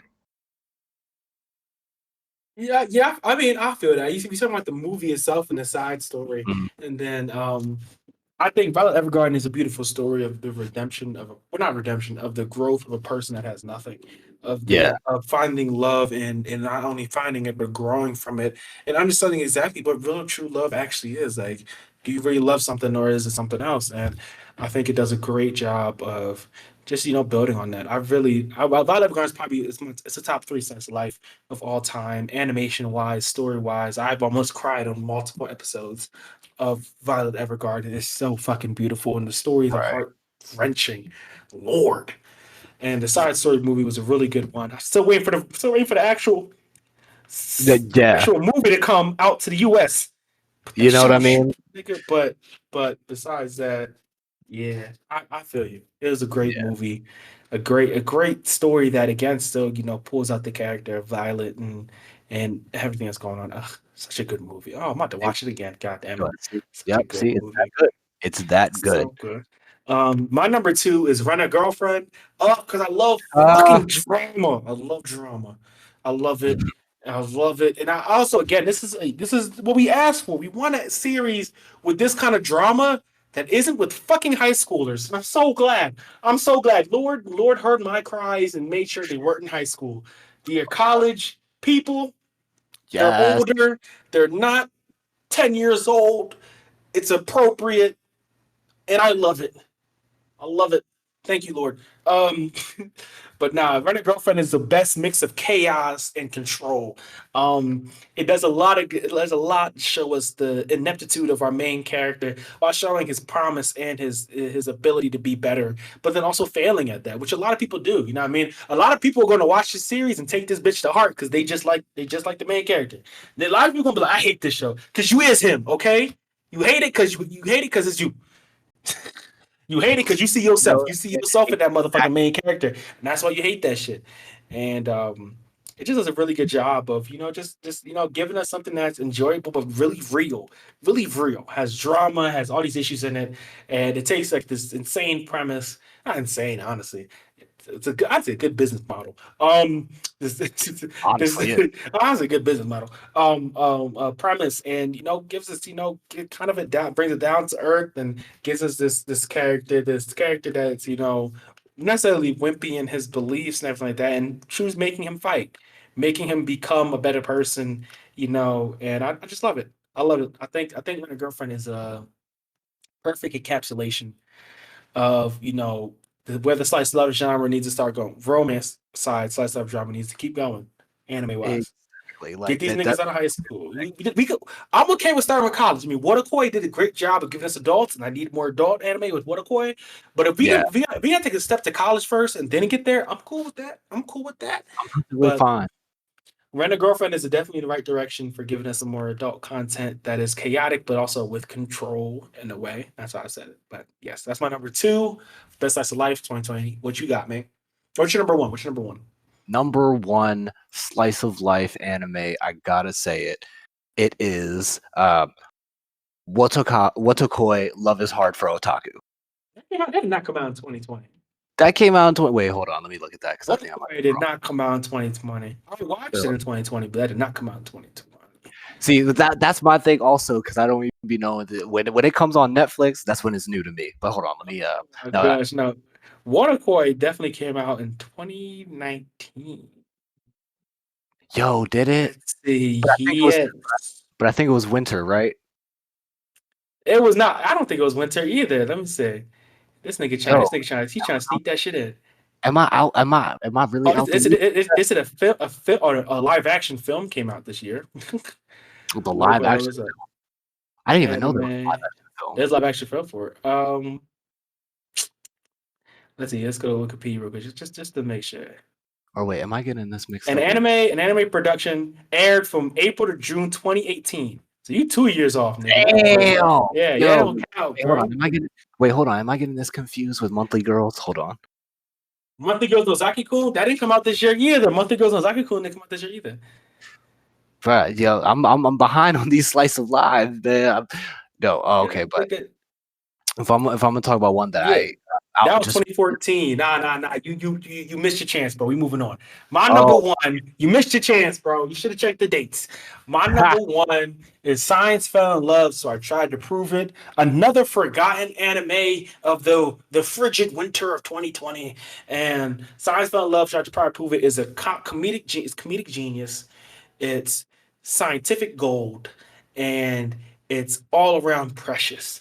Okay, these two scientists trying to figure out what love means and taking us on this journey to figure out their love, their own feelings, while also, spurring on the people around them in their research group to also, kind of, you know, break down what is love.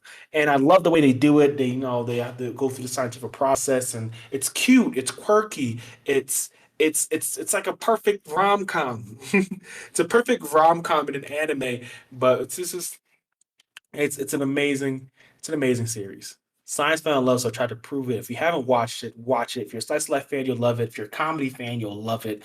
If you're a lover of something that's entertaining, you'll love it. It does a great job of hitting on so many different fronts and having very endearing characters that you want to root for. You want them to figure out what love is because you want them to love each other. And it's like, and seeing them slowly fall in love with each other they already love each other, but seeing them, become more intimate and become more physical and become these small levels, these small victories is really good. And they're also in college, which makes it fucking amazing also.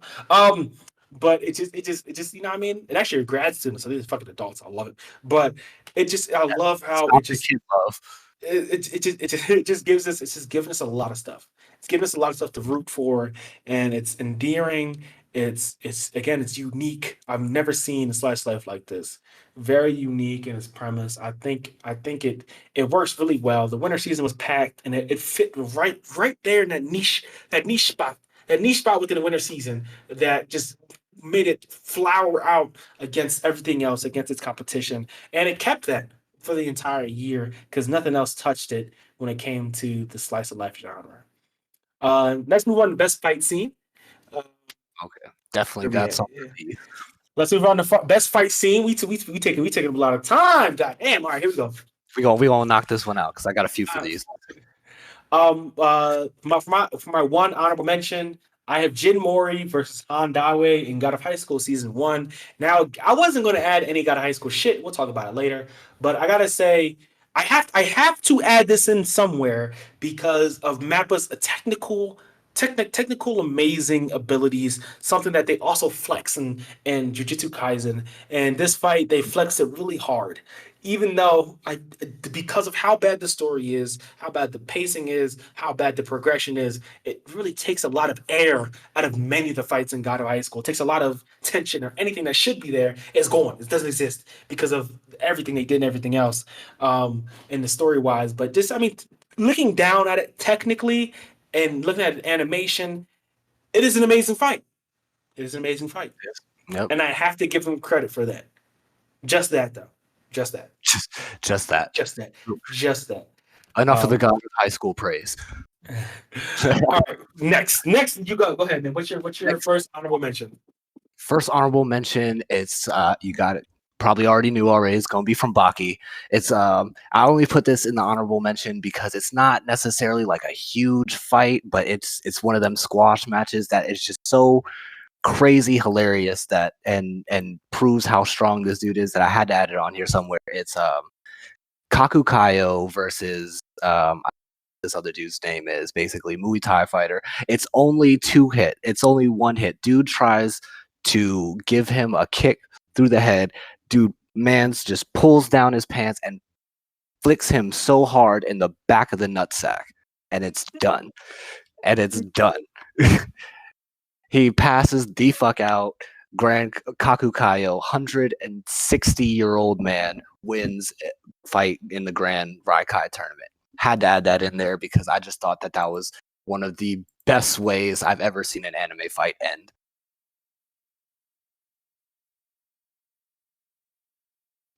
Oh, I thought you were going to have more to say except the Baki. I only have, give another honorable mention because I only have one. Oh, no, you want me to rattle off my other honorable mention? No. We only doing 3. We're only doing 3 to 5. You got one more. You only got one more honorable mention? You got another honorable mention?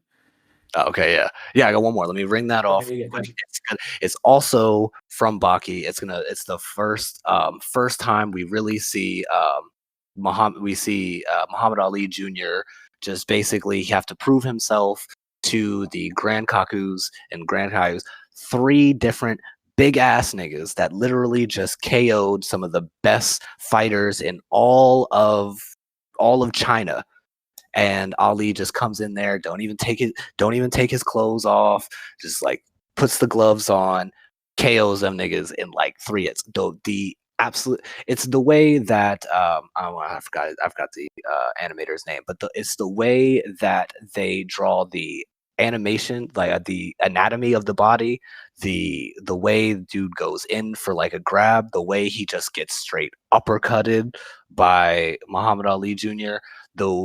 The crunching and the cracking, the sound, that's not something I talk about a lot in anime, but the sounds were just gruesome. You hear teeth crunching and bones crunching, and it was just a masterclass in how he just hits him, and just fucking crushes his whole face. He gets right back up.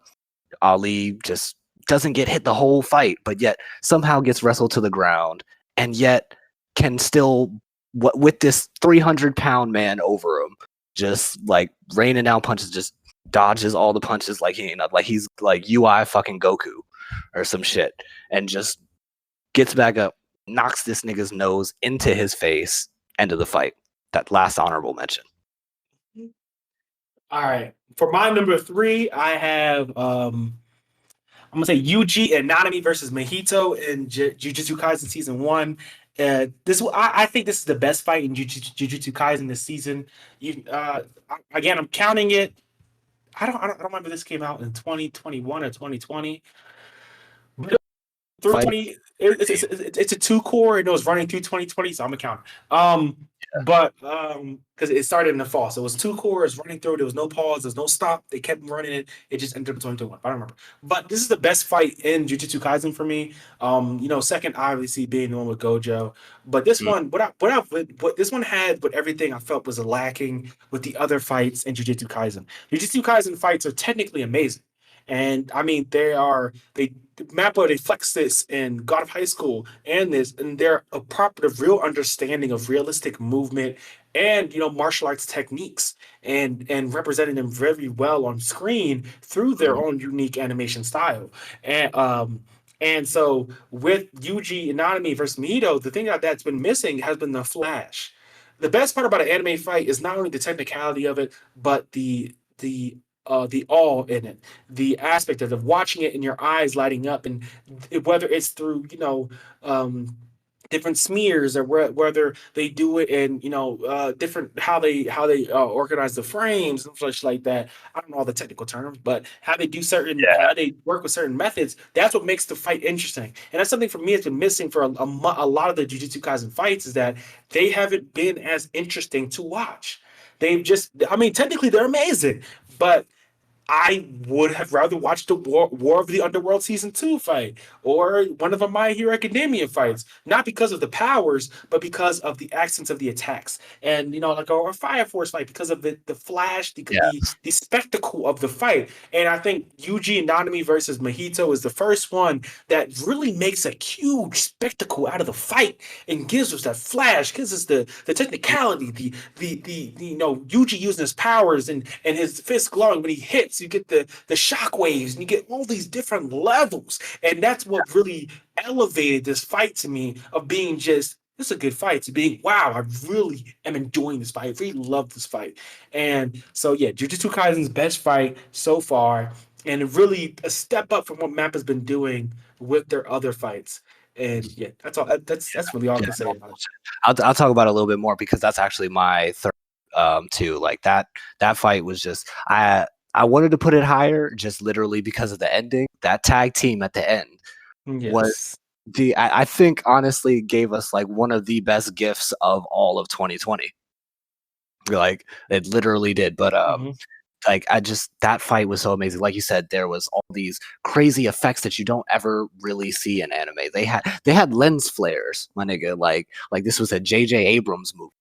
Like had fucking lens flares, my nigga. I was just wild. And fucking the way, like I said, the tag team at the end, the way you feel this nigga just getting banged on from both sides, like you feel that shit. And then the close up, I think that was probably some of the best cinematography of like just pure cinematography of all 20. Just that last shot where they're just beating his ass down, and they do the zoom in. Some of the best. I had to put that on my list. Was that your number 3? Yeah. Number 3. Oh, so we got to say number 3. Bet. Yep. For number 2, I have Deku versus Overhaul in My Hero Academia Season 4.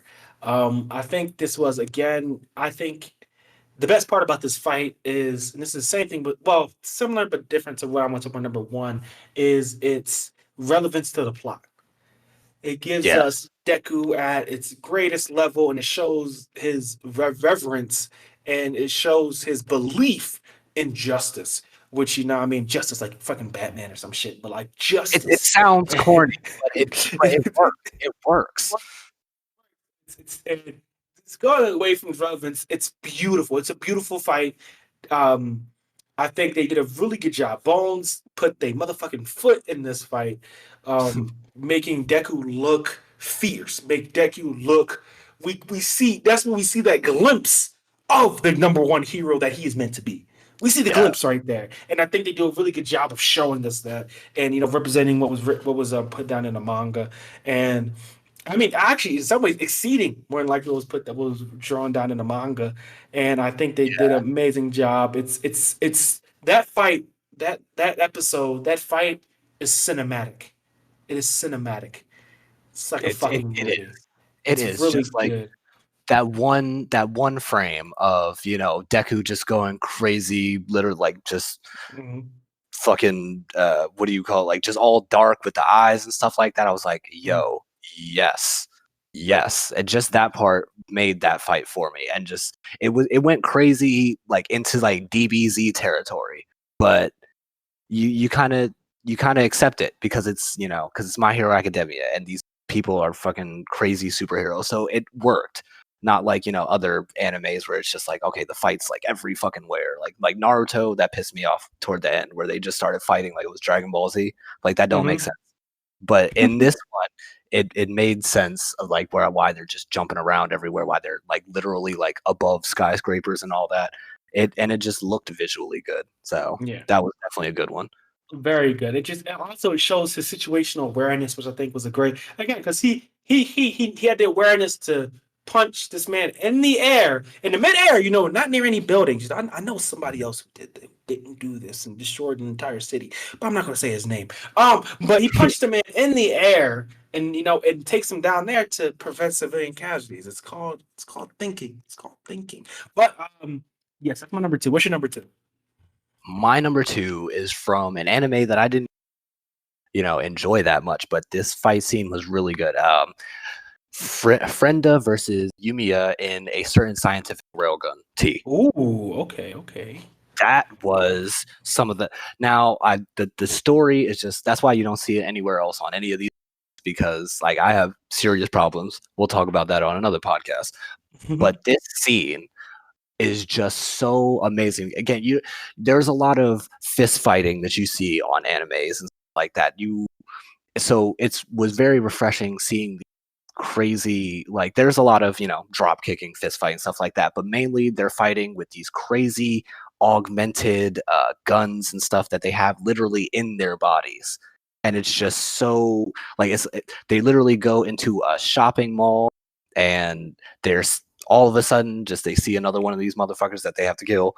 Bam, bitch gets shot in the shoulder, and then it just goes A1 from fucking there. Like all of a sudden, every time this other chick moves, she's fucking getting shot up in the arms and shit. Turn around, tries to throw a bomb. The bomb gets shot back at her. The bitch shot the bomb back at her.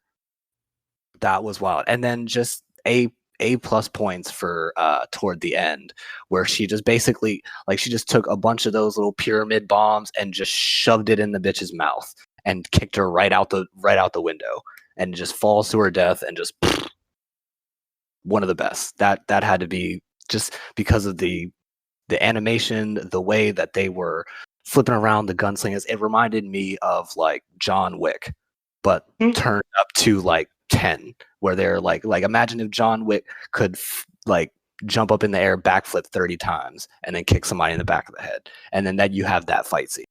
It was just amazing. If you don't even watch the rest of that show, just watch that fight scene. That's facts. I need to catch up on a certain series.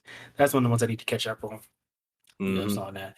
All right, but my number one, this is probably one y'all were not expecting, but I mean, y'all know me, you might get it. Blxxk versus Dark God Vector and Sword Art Online War of the Underworld Part 2. It's cinematic. It is not only pertinent to the plot, it subverts, it's like we finally see the extent of Blxxk's power. We see him win, but then lose at the same time. But thing is, it's not some type of ass pulls. None of those things. Like it makes sense for the plot and everything like that. And it's like it's a subversion. You know what I mean? Like besides that, this fight is some of the best animation. Period. For 2020. Period. I got it. Facts. It's just the fight itself. Blxxk, we see him put his life on the line. We see his move when he traces back time and kills the Dark God Vector. I got on my chair. I was like, yo, this nigga's different. This nigga's different. Blxxk is different. And it's the idea that he died, and Dark God Vector, he dies in the game, but he's a real person. He come back, and it plays upon that symmetry of what is real and what is not real, and how their lives in the game are serious. They're real fucking lives, but the people outside of it don't see it the same way. While people like our main character Kirito and them do, and it plays on that emotion, it plays on that different level. Also, the plot relevance of how he's protecting Alice, and Alice gets up and sees her father figure die within her arms, and she just has to keep moving. And then also, again, just the fight itself is a marvel of fucking animation. A1 Pictures didn't just put they didn't put 1 foot in, they didn't put 2 foot in, they jumped in the whole motherfucking pot to animate this shit. Okay, they did what had to be fucking done and made an amazing fight scene. Just one of many in the series, one of many. But if I had to pick one, this is the most memorable and my favorite one, just for everything it means for this part of the series and everything. It was just, I can't praise it enough. Amazing. Yes, it was just, yes, just the animation, and I feel like that's the best part of these fights, when they're just like the Deku overhaul fight, when there's something real on the line, like you feel the emotion with these characters behind every punch. That's what made that one so good. I was going to put that on for my number one, but I got to be different. So I got another one. What's your number one?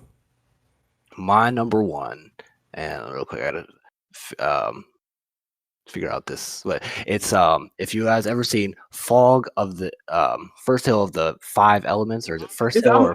I'm glad you brought this up, because people sleeping on Chinese animation. I haven't watched it yet. This is one that definitely needs to be talked about. I'm glad you're bringing it up. It is the Five Elements. Yeah, so good. It is so good. Now, again, I've only much of it, but this scene again, like Chinese animation, it's just different. It just hits different. It's got that aesthetic to it that just doesn't really melt. Like it's very, I wouldn't even say cartoony, but it's very, with a very bold outlines, very exaggerated, whooshing body parts and stuff like that. But when they do it well, it's so good. And if you don't know anything I'm talking about, just look it up. Fog of the Five. See, I keep Fog Hill of the Five Elements. Fog Hill. Fog Hill of the Five. That's a lot of F's. But this joint gets nothing but A's, A pluses. This fight scene. I'm not gonna go too deep into the explanation, but basically, they're just the baddest badass of the series. Basically, one of his most trusted henchmen up against our protagonist's mentor. And the way that the sword clashes, the way that the sparks that fly off the sword are an entirely different animation than the actual fight. So when they power up their spears or power up their swords and stuff like that, it's a whole different lens flare. It's a whole different like animation that they put on there, and it really, really just meshes well together. The way that you see they're able to use the space where you feel like so much is going on within like 5 feet. And there's just nothing much I can say. It just looks beautiful. Even if you don't watch the series and you don't know you can watch this fight and it's just so beautiful. It's just, it's nothing but straight spears and swords and crazy, like there's not really even any real crazy powers until like literally the end. Dude just grabs this motherfucker by the neck and just literally barbecues him. And the way the fire and just it starts through his chest, goes over into his shoulder, and then just bursts out onto the neck of this like bird thing that he's fighting, and then just incinerates him. It's some of the best animation that you will ever see. Do yourself a favor and Chinese just animation is working to be a different level. The only reason why I wouldn't include it is because it's not anywhere on American source. Well, legal sources in America. It's like only on like fucking Billy. I forget what the Chinese animation service is, but that's it, Billy. Like really, that's it. So I mean, if you can watch it, you can watch it. You gotta go to Redacted to watch it and do what you gotta do. But I mean, it's definitely worth the watch if you can find it, but it's not on the legal American sources. All right, next year, all the best stuff is. Yeah. Next year, best sleeper hits. First one I'm gonna talk about real briefly is Darwin's Game. Darwin's Game, I'll put it as a sleeper hit, and this is my honorable mention, because it was definitely better than what I expected it to be. Usually, when you see this kind of genre, the survival game type thing, it's usually not that good. But Darwin's Game has a good build, and it builds up really well to where by the end of the first season, if we even get a second season, Lord God, by the end of the first season, we get a character who has grown massively and is now a badass, and I'm ready to see how this badass gonna work. Within the next few games, I think Darwin's Game is a lot better than people give it credit for, and it definitely deserves a lot more looks and for people to talk about it more and hopefully watch it more so we get that second season that is desperately needed. What's your first honorable mention? First honorable mention for slept on anime. I don't even know if this really slept on. I heard a good amount of people talking about it, but not enough people. Really, it didn't land as hard as I thought it would. Dorohedoro. That was my shit. I love the Sleeper, animation. bro. That's not a sleeper. Oh, I hear nobody talk about that. But this nigga, now this shit is all the way up and down the Crunchyroll Anime Award shit, bro. This shit not a sleeper. It's a sleeper, I'm telling you. It's But not a sleeper. something that I really feel most people didn't pay attention to. But that's my first one. So I'm gonna go with the first one. You want to go ahead? My second one is Our Last Crusade or The Rise of a New World. It's like Romeo and Juliet, low key if it was an anime. Definitely a sleeper. No one talked about it, and that's fine. That's fine. I enjoyed it. I think more people should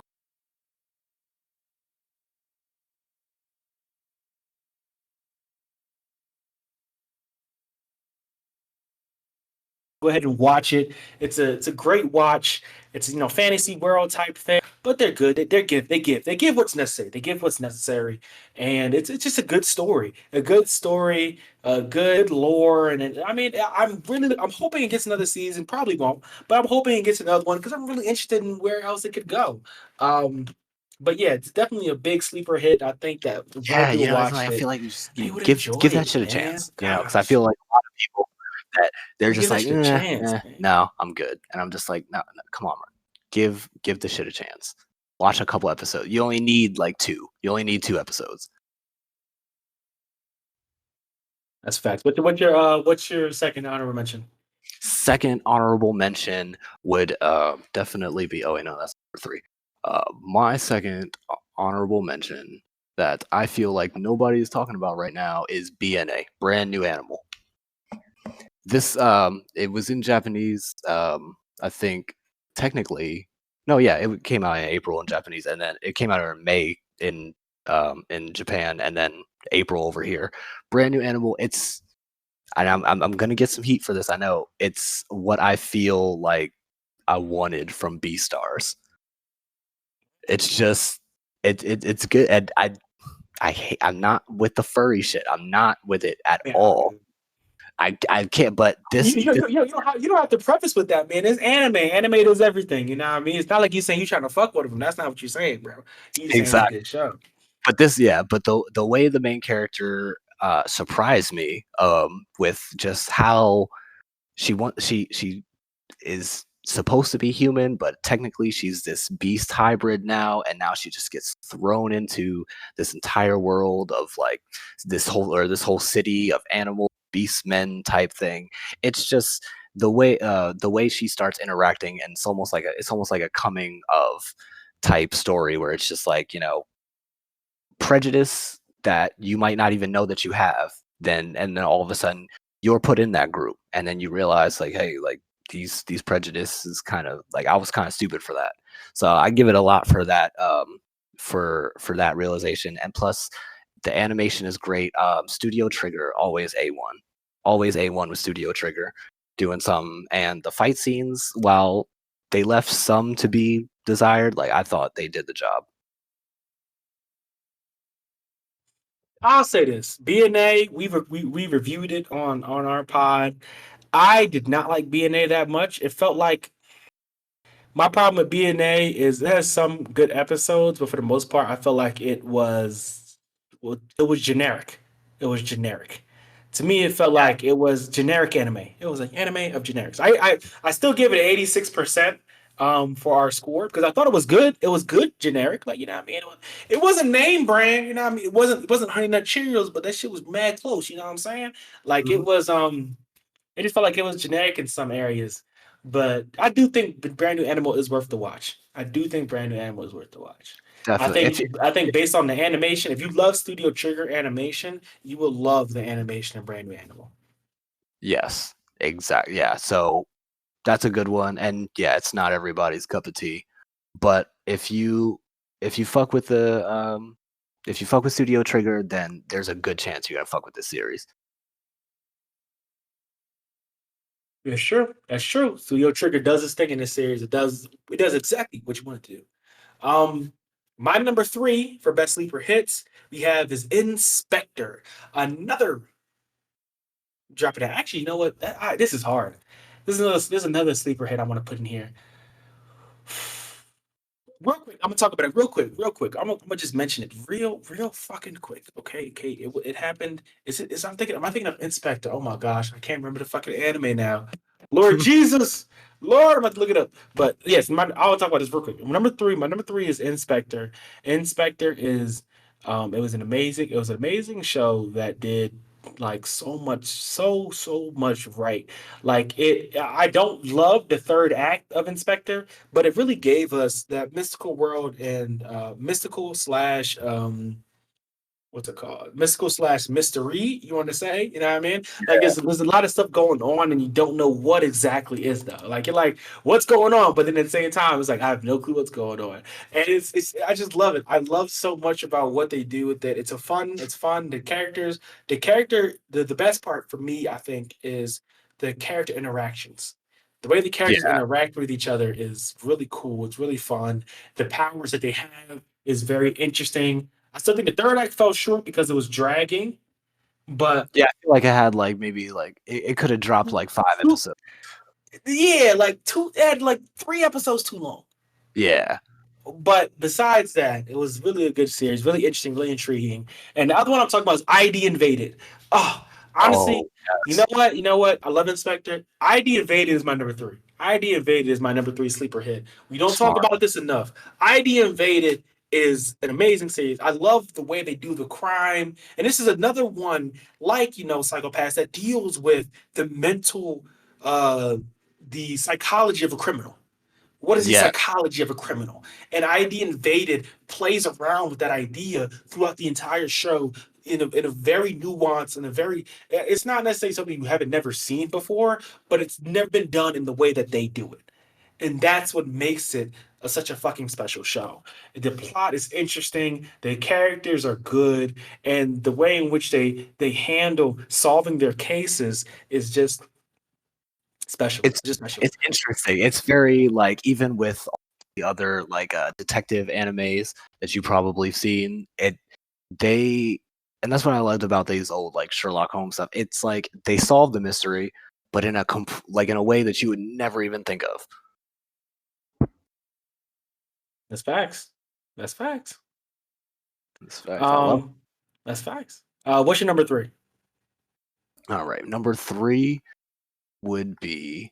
I think I might be, but no, I'm just gonna keep that as number 3. My number 3 that came out this year was based on a free-to-play card game, which I'm actually starting to think. I'm starting to look at these. A lot of these were based off games I didn't even know, but it's called Shadowverse. Came out in Yeah, I've heard April about that. 7th. Yes, it's based on a card game that basically came out for like the Switch and like a while back. But it's basically like, okay, how do I explain this? 'Cause I'm not even gonna try and go into the story. Imagine if you had like Jujutsu no Kaisen and Jujutsu Kaisen mixed with Yu-Gi-Oh. That's literally how I can explain it. Like Interesting. demons in the cards, and it's just like a bunch of people, and the way that they duel, the way that they have their matches, and the way that they can take a card game. It's kind of like how Yu-Gi-Oh did. The way they take a card game and make it like the stakes so high and everything else. It's worth a watch. I'm not even gonna try and I'm not even tell you about the first episode because there's so much. There's so many twists and turns. I'd be here for like the next 30 minutes. But do yourself a favor, go watch Shadowverse. That's my number 3. Mm. All right, my number 2 was Ikebukuro Westgate Park. I honestly expected nothing out of this series, and that it went above and beyond. I don't know. I don't even know what I expected from this. I actually I expected a different show than what I got too. It's like I expected a lot of different things from it, like nothing and then something at the same time, whatever. It just blew me away with how interesting the plot was.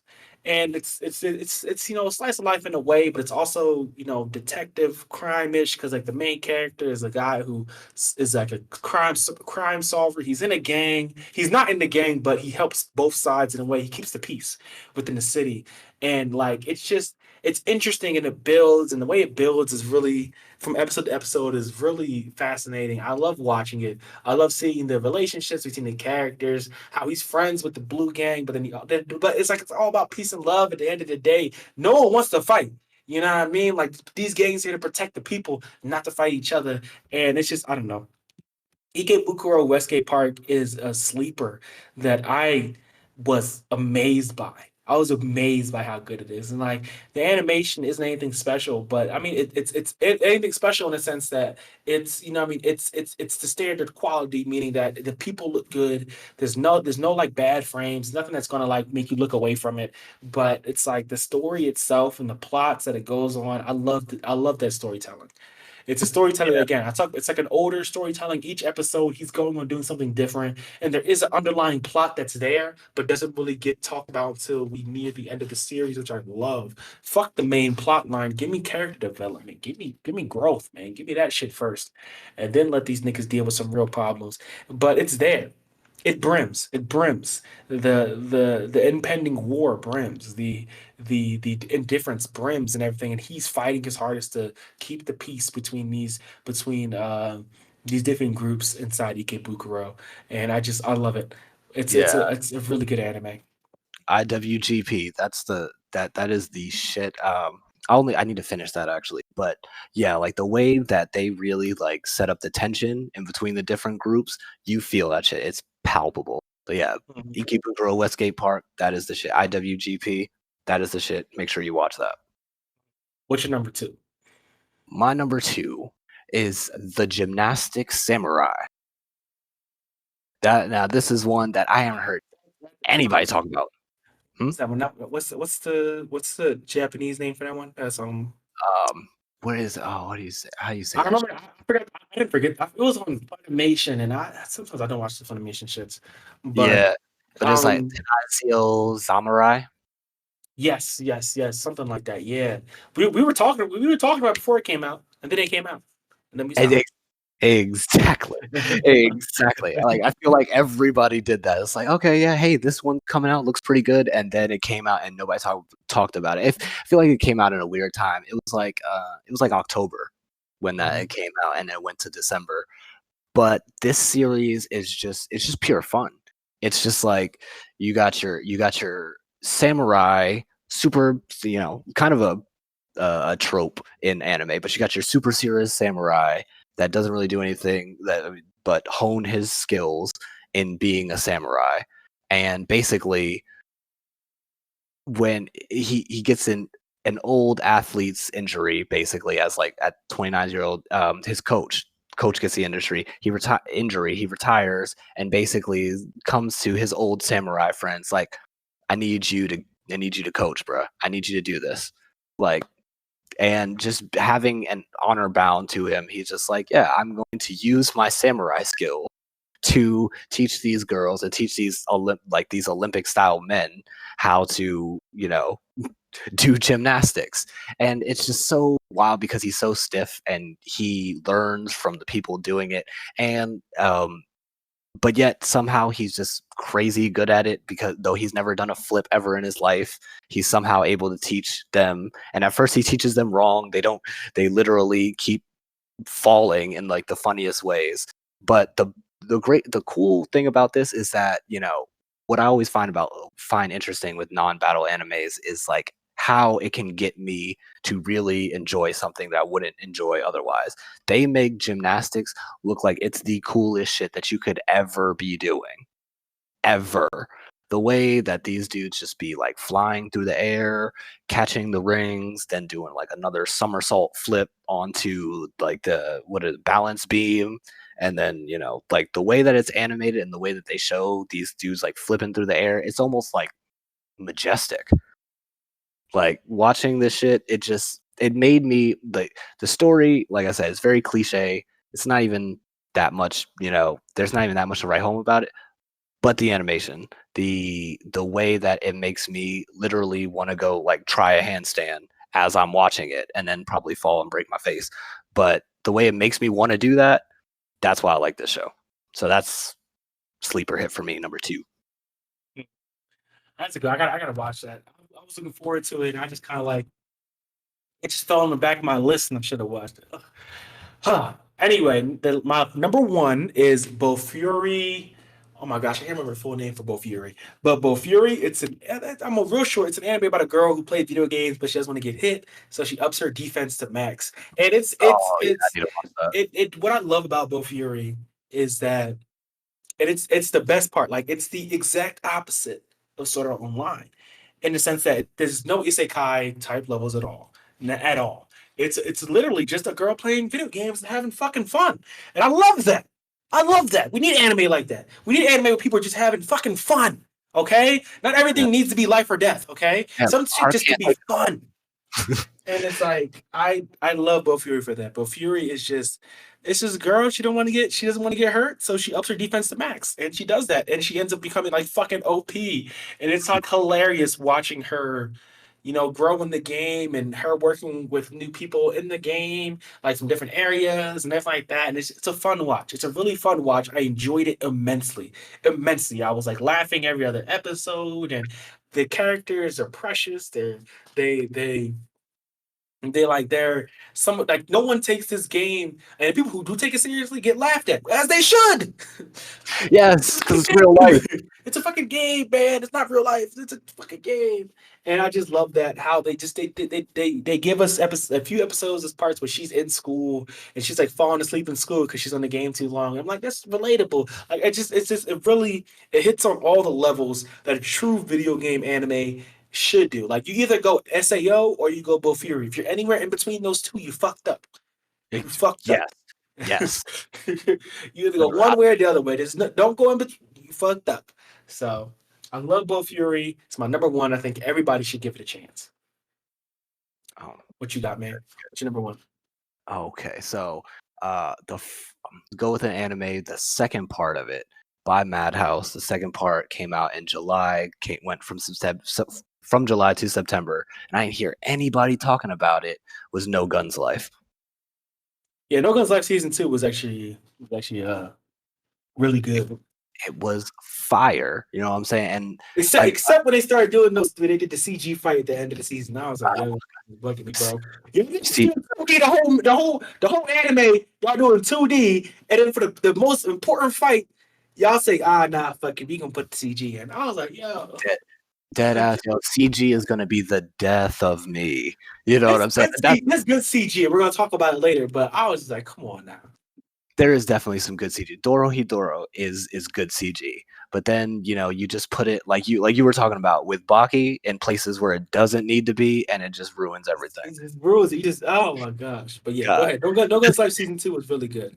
It was so good, and it did mess up like the last fight, and that's kind of why I didn't put it on like my best anime list or best original list. Mm-hmm. Also because it's a continuation, or I didn't put it in there because that last fight, because it literally is the last fight, and it kind of really messed it up. The biggest fight in the anime, and you're just like, yo, yeah, why would y'all do that?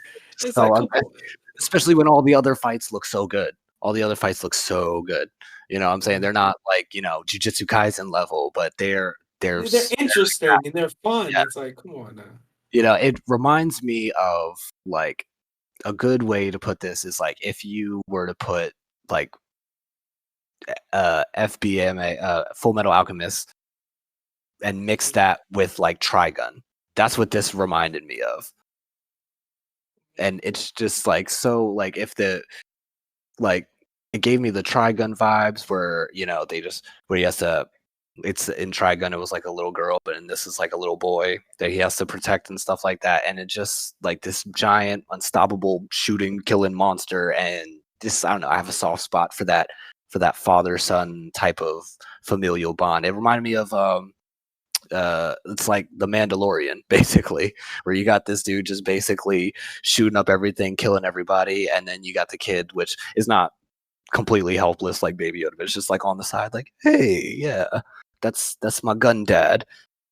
And the relationship that spawns, especially in the second part, though, the one that actually did come out in 2020, it really because I can't stress you how easy it is for these types of relationships to just completely bore me.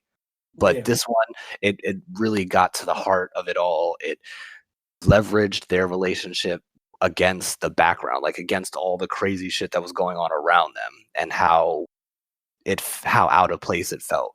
And it was just really good. So more so for that, and like just the entire journey as all makes it one of my best sleeper hits. Yeah, if it didn't fuck up the end with that CG, it would have been on some other list. But right now I gotta put it on the sleepers. Yeah. Next is talk about best animation / art style. Honor mentioned first thing is Beastars. The only reason why I haven't put this in anything else is because Beastars is technically a 2019 anime. It came out in Japan in like fucking August 2019. Like it came out very like late midsummer, August 2019. It just didn't drop in America on Netflix until 2020. So I that's why I have it here, but I have to talk about it because it's someone so dirty. Beastars' ability to have such good CGI animation is just god tier, god level. It's Studio Orange, I believe, did this one, and Studio Orange are the masters, the unadulterated masters at doing CG animation right. Beastars does it amazingly, giving us that beautiful fur. Like they were animals. They were animals. They weren't like they were animals. Like they did a great job of it. Beastars animation / art style is out of this world, amazing in so many different ways. What's your first honorable mention? First honorable mention for animation is definitely got to be Darwin's Game. I didn't expect that to be as beautiful as it is. The way they had the little flutters like with the butterflies, with the way they animated the phones and stuff like that. It just was. It wasn't nothing super over the top, but it just felt like very crisp, clean anime. Like the way I like it drawn, the way realistic to a point, and then just very like everything just looked crisp. So yeah, that's gonna be my first honorable. Next, I'm going to talk about Sword Art Online War of the Underworld Season 2. This one is hard to put in honorable mention. I kind of want to put in my top 3. It was a hard decision. But I'll put it in honorable mention. This is shit. This is hard. I want to say, fuck it. I'm gonna go with my heart. We switch these around. God of High School is my second honorable mention. I think God of High School has really good animation. I think it does a really good job with the fight scenes and everything like that. I think it's technically amazing, and they do add that flash that's needed in a lot of the scenes. Mappa does a great job with with making God of High School just look amazing in a lot of different aspects, and with all the different abilities that are going on. Like I think God of High School is definitely one of the best animated series that we got this year, that we've ever gotten, and I think they do a good job of it. Yeah, it's technically amazing. I just I could I had it was going on my brain. I could not say I couldn't.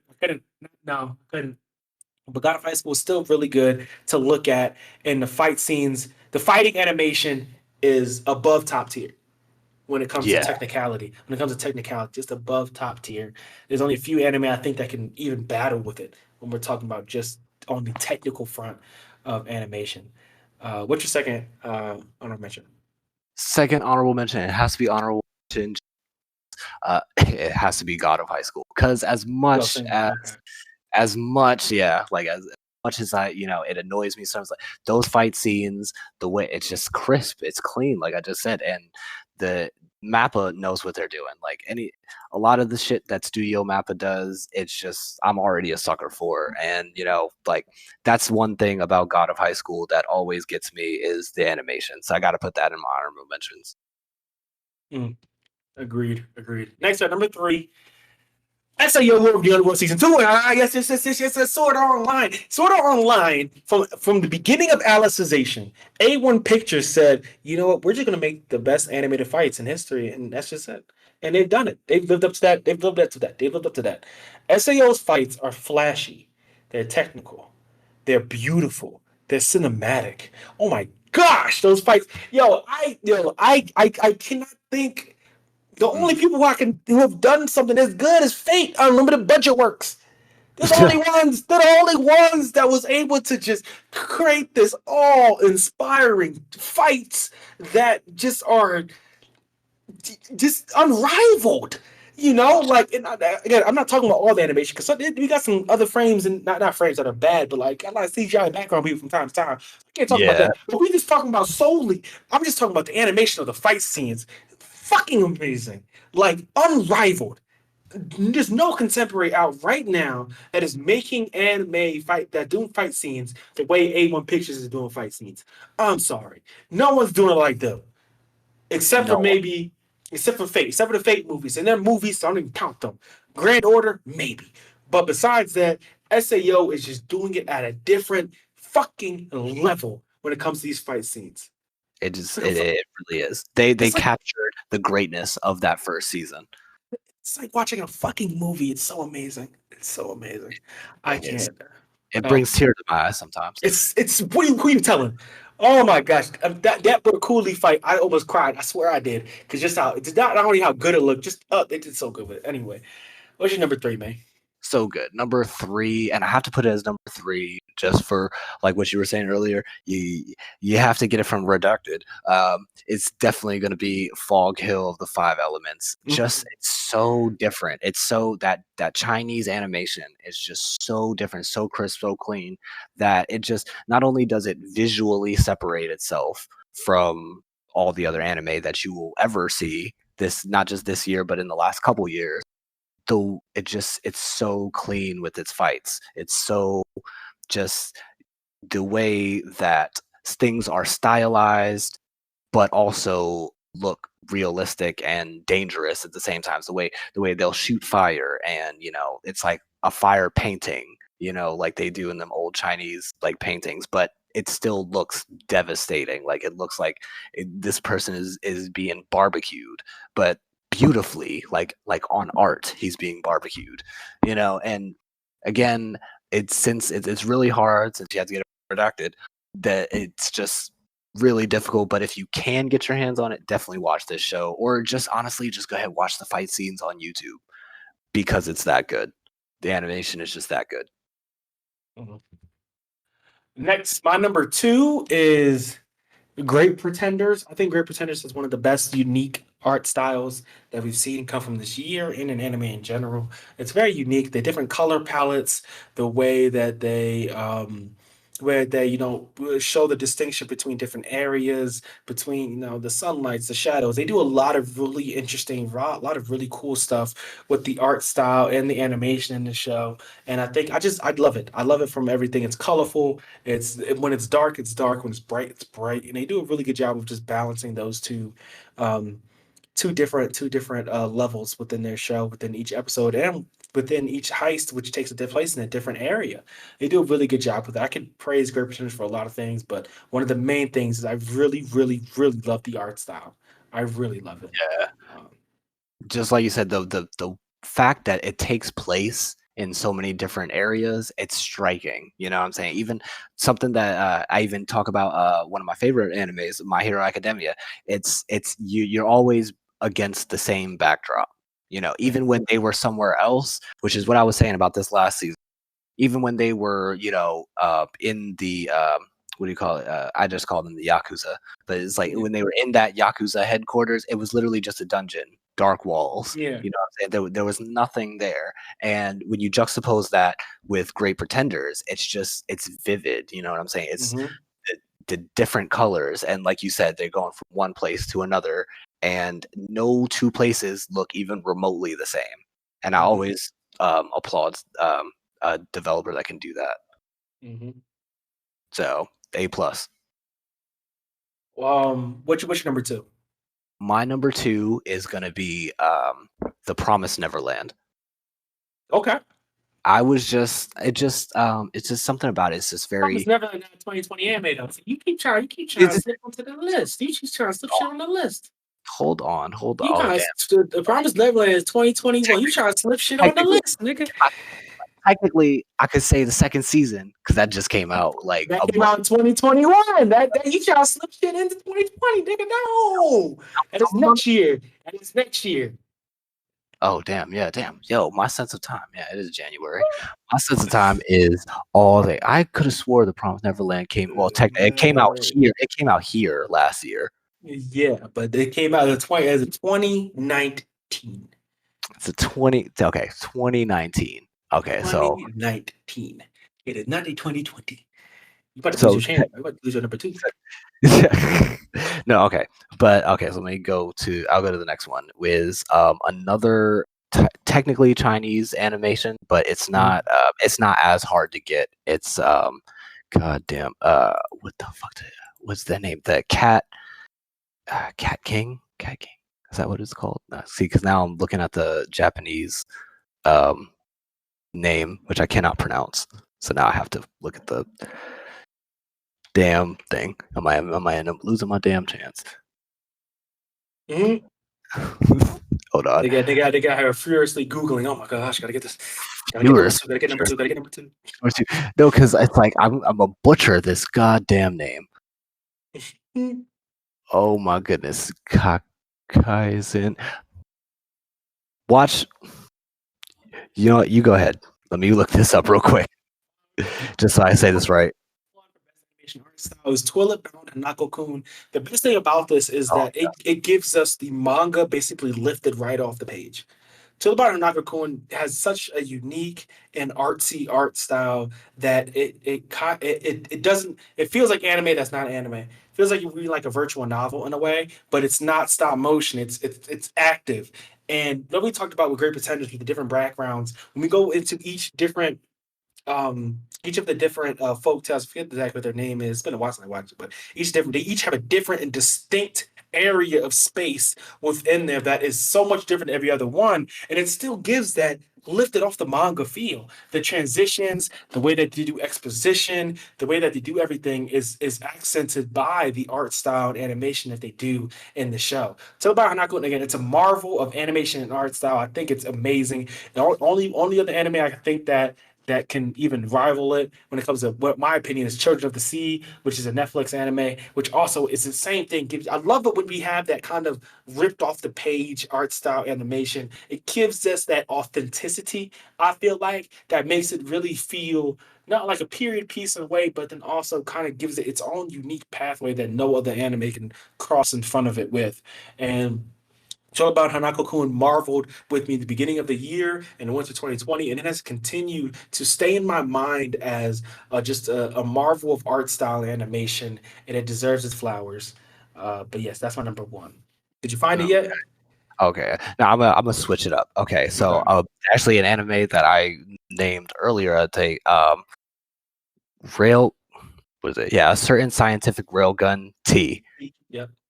That animation, because we were just talking about how CG can really ruin a fucking anime, but this thing, I really feel this railgun, it is a masterclass in how you can mesh 2D and 3D together very, very well, because it goes from these super stylistic 2D fights like the one that I was talking about earlier, where there's just guns and swords and all of a sudden people throwing bombs at each other, and it's like some of the best 2D that you'll see. And then all of a sudden, it goes into these giant like kaiju, like Pacific Rim type monster fights. Like these niggas basically call Megazords out, and then they just start fighting on this shit. And that most of that is in CG, but it's all done on the 2D backdrop, and then the actual characters themselves are still 2D and well. And it just amazed me by how much, like how clean it was, like how they were able to mesh the 3D with the 2D so very well. And I think that's probably because it's not normal sized people, like it's two giant sized things that are like up against a background that's a giant city, but it just worked. It worked so much so much better than any of these other animes that have tried to do that. So definitely gonna give it to Railgun T. Watch that show. Moving on, we have most improved. I literally made this. I made this because I didn't know where else to put this anime, but it needed to be mentioned. It needed to be mentioned in some way, shape, or form. I could not talk about best of 2020 and not talk about it, and that's Fire Force Season 2. Fire Force Season 2 was the most improved anime this year. I can't think of another one that meets this hype. Season 1, I personally think Season 1 is really good, but it has faults. I'm blinded a little bit by my love for the series, but Season 2 is an entire step above Season 1. It's a step above many of the Season 2s this year, but it in itself is a great series. David Productions, it continues to do its motherfucking thing, and not only creating superior sound design, superior music accompaniment, but then also superior animation in every front of it. And the story itself is evolving and becoming more complex, more interesting, and it's giving each character time to shine, which is what you need in a shonen, and it's what we get in here. And I see Fire Force Season 2 is amazing. It's amazing, amazing, amazing. If you're not watching Fire Force, watch it. You haven't finished Season 1, watch Season 1, because Season 2 is gonna blow your motherfucking socks off. And yeah, Fire Force Season 2. I could rave about this for a whole hour with how much it just takes a step above what happened in Season 1. It really does. It does. And I had to put something else just to be different, but you can't talk about like how great, because Fire Force was already something special. You know what I'm saying? It was like it was A. You know what I'm saying? But the second season, it turned it into A plus. Like with Yogan put in there, and just all the newer characters that I thought, like, because I was already cool with the main cast in the first one. You know what I'm saying? Then they add all these characters that I love, and I'm just like Ogun. I'm like, yes, that's my nigga for forever now. I don't think there's ever gonna be a better fucking representation of what we should look like in anime going forward than Ogun is. It's just so good. The fight scenes got better, and they were already good. You know what I'm saying? The lore. That's one thing that I like really pay attention to. The lore, the world building of the animes. It feels like it went from like this so contained story to just like when you really get deep into the evangelist, it's like expands so much, and it just went in directions that I didn't even count on it. But that was definitely Fire Force season 2, definitely a good improvement. My most improved, probably gonna roll some eyes, it's gonna be Baki. Part 3 improves so much on the first 2 parts that it's ridiculous. Like in the most obvious way, like you said, it just Netflix pulled out the purse. They threw their money at them, and it was like, don't ever do that CG shit again. And you know what? They did it, and I commend them, because it just, all the fight scenes, especially because it's such a important arc in the manga, the Grand Raitai tournament. It's just, everything looks so good. The way the super exaggerated anatomy of all the characters is, it's exaggerated but yet realistic. You know, as somebody who like studied that, you know, you can literally look at these character models and it's like, oh, that's the latter Miss Dorsey. It's just fucking like 5 feet wide for some reason, because these dudes are like 11 foot. You know, and like I said, the introduction of Muhammad Ali Jr., even though they bitched him at the end, which I'll never truly get over, it's just his overall presence in the entire part 3 kind of over it. I would say yes, it overshadows the how much of a clown they make him look at the end. And at the end, it does feel like he really learned something. And not just that, the animation is just so, it's not like the craziest best animation you'll see, but it's just so crisp and clean, and just, but exaggerated in the moments where you really want it to be. There are parts like with the fight scenes, it's just, there's like, you'll see somebody's entire fist or somebody's entire foot just disappear within like a swipe line, and it's just like within like just a couple frames of a person just in a static image, you feel like you get so much movement out of those. It reminds me of like early, like the Dragon Ball manga.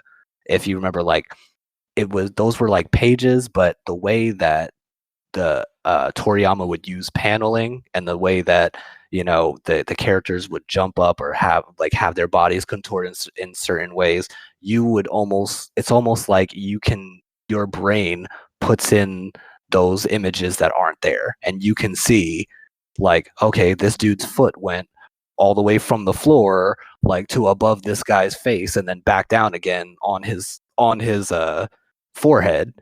But it makes sense. Like it feels like it was so fast that you just missed it. And then about Baki being poisoned, the colors that they used were very interesting, and just, Man, you love Baki, bro. I'm telling you, it's one of the best anime. It's probably one of the hardest animes that out here at least is on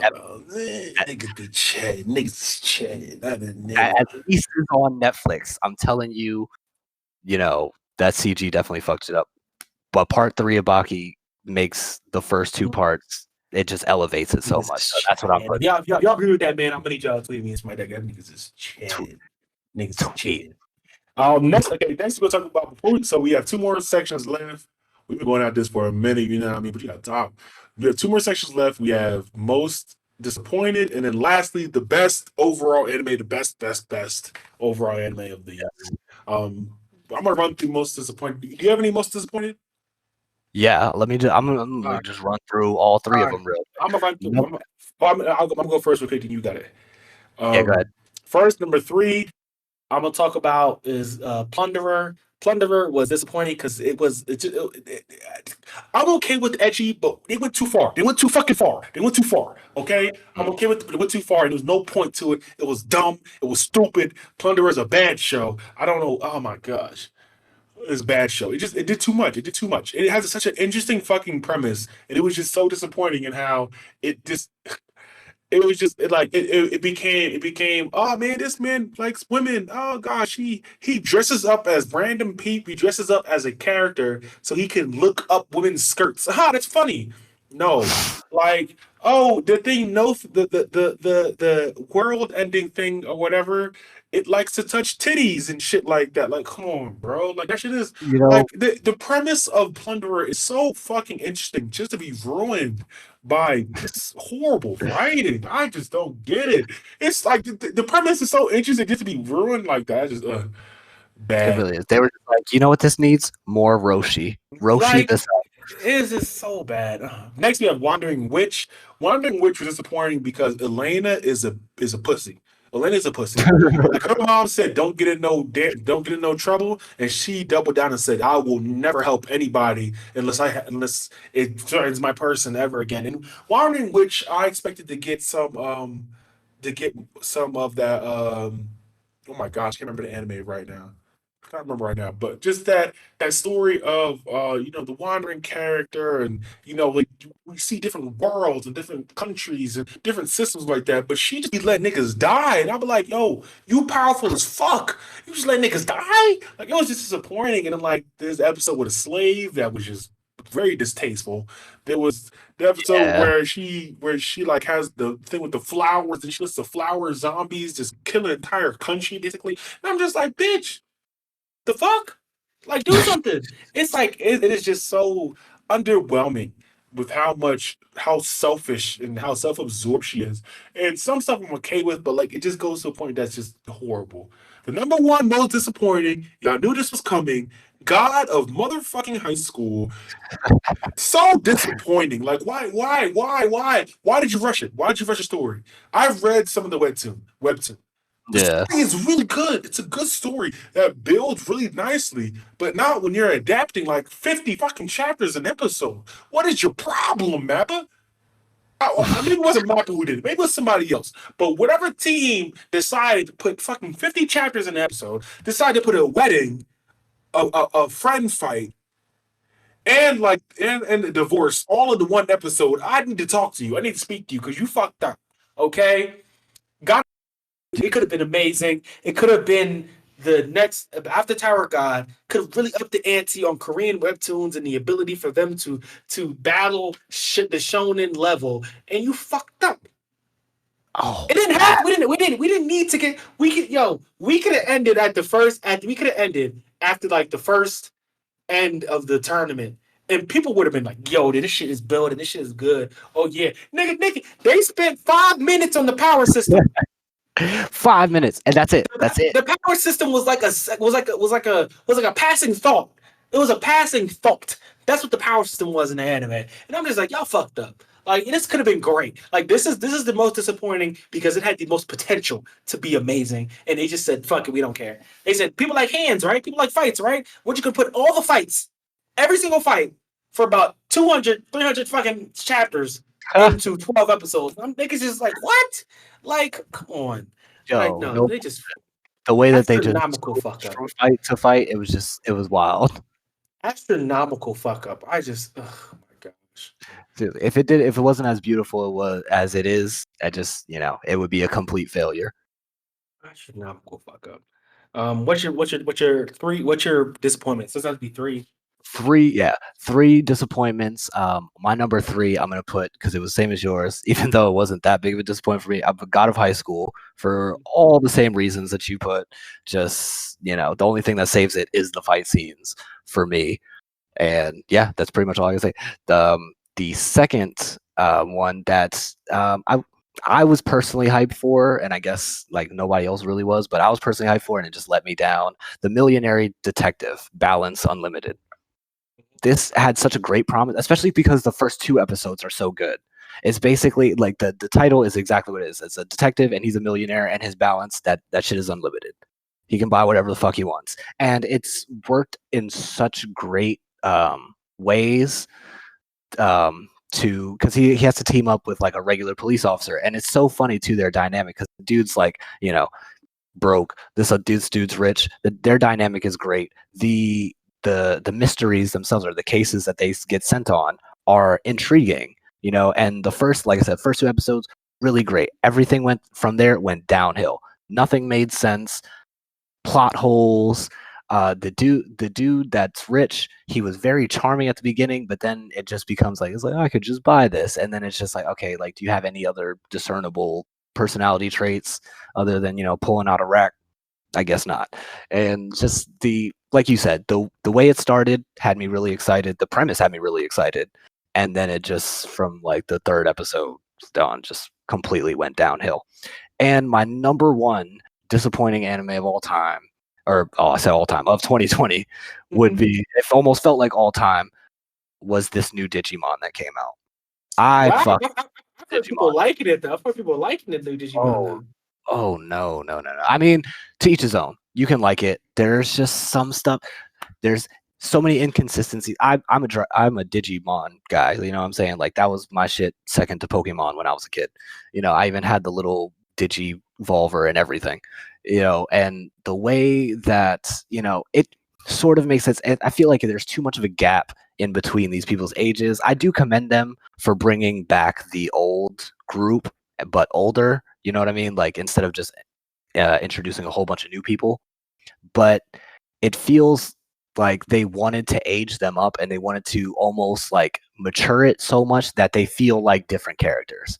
The reasons why I liked a lot of them in the first, like in the actual, anime that began with, is like, it feels like it's completely gone, which sort of, it just made me feel sad. It made me feel sad for my own life, because it's like, damn, is it just me, or was it, Digimon maybe wasn't even as fire as I remember it? Maybe it's just nostalgia. That shit literally made me feel like that. Like, was Digimon that fire, or is this just nostalgia?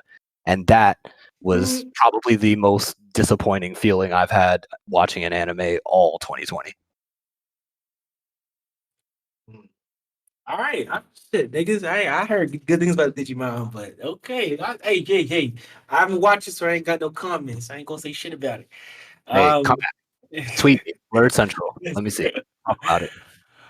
So last let's talk about the best overall anime. The best anime. These are the best anime of 2020. These are all the shit you should be watching. First, we're gonna talk about the honorable mentions. We've basically talked about everything already, so I'm only gonna really give a reason for my number 1. Everything else, well, and one other one that I didn't talk about, but honorable mentions. First, we got Keep Your Hands Off Aizoken. I already talked about it. I love it. Love everything about it.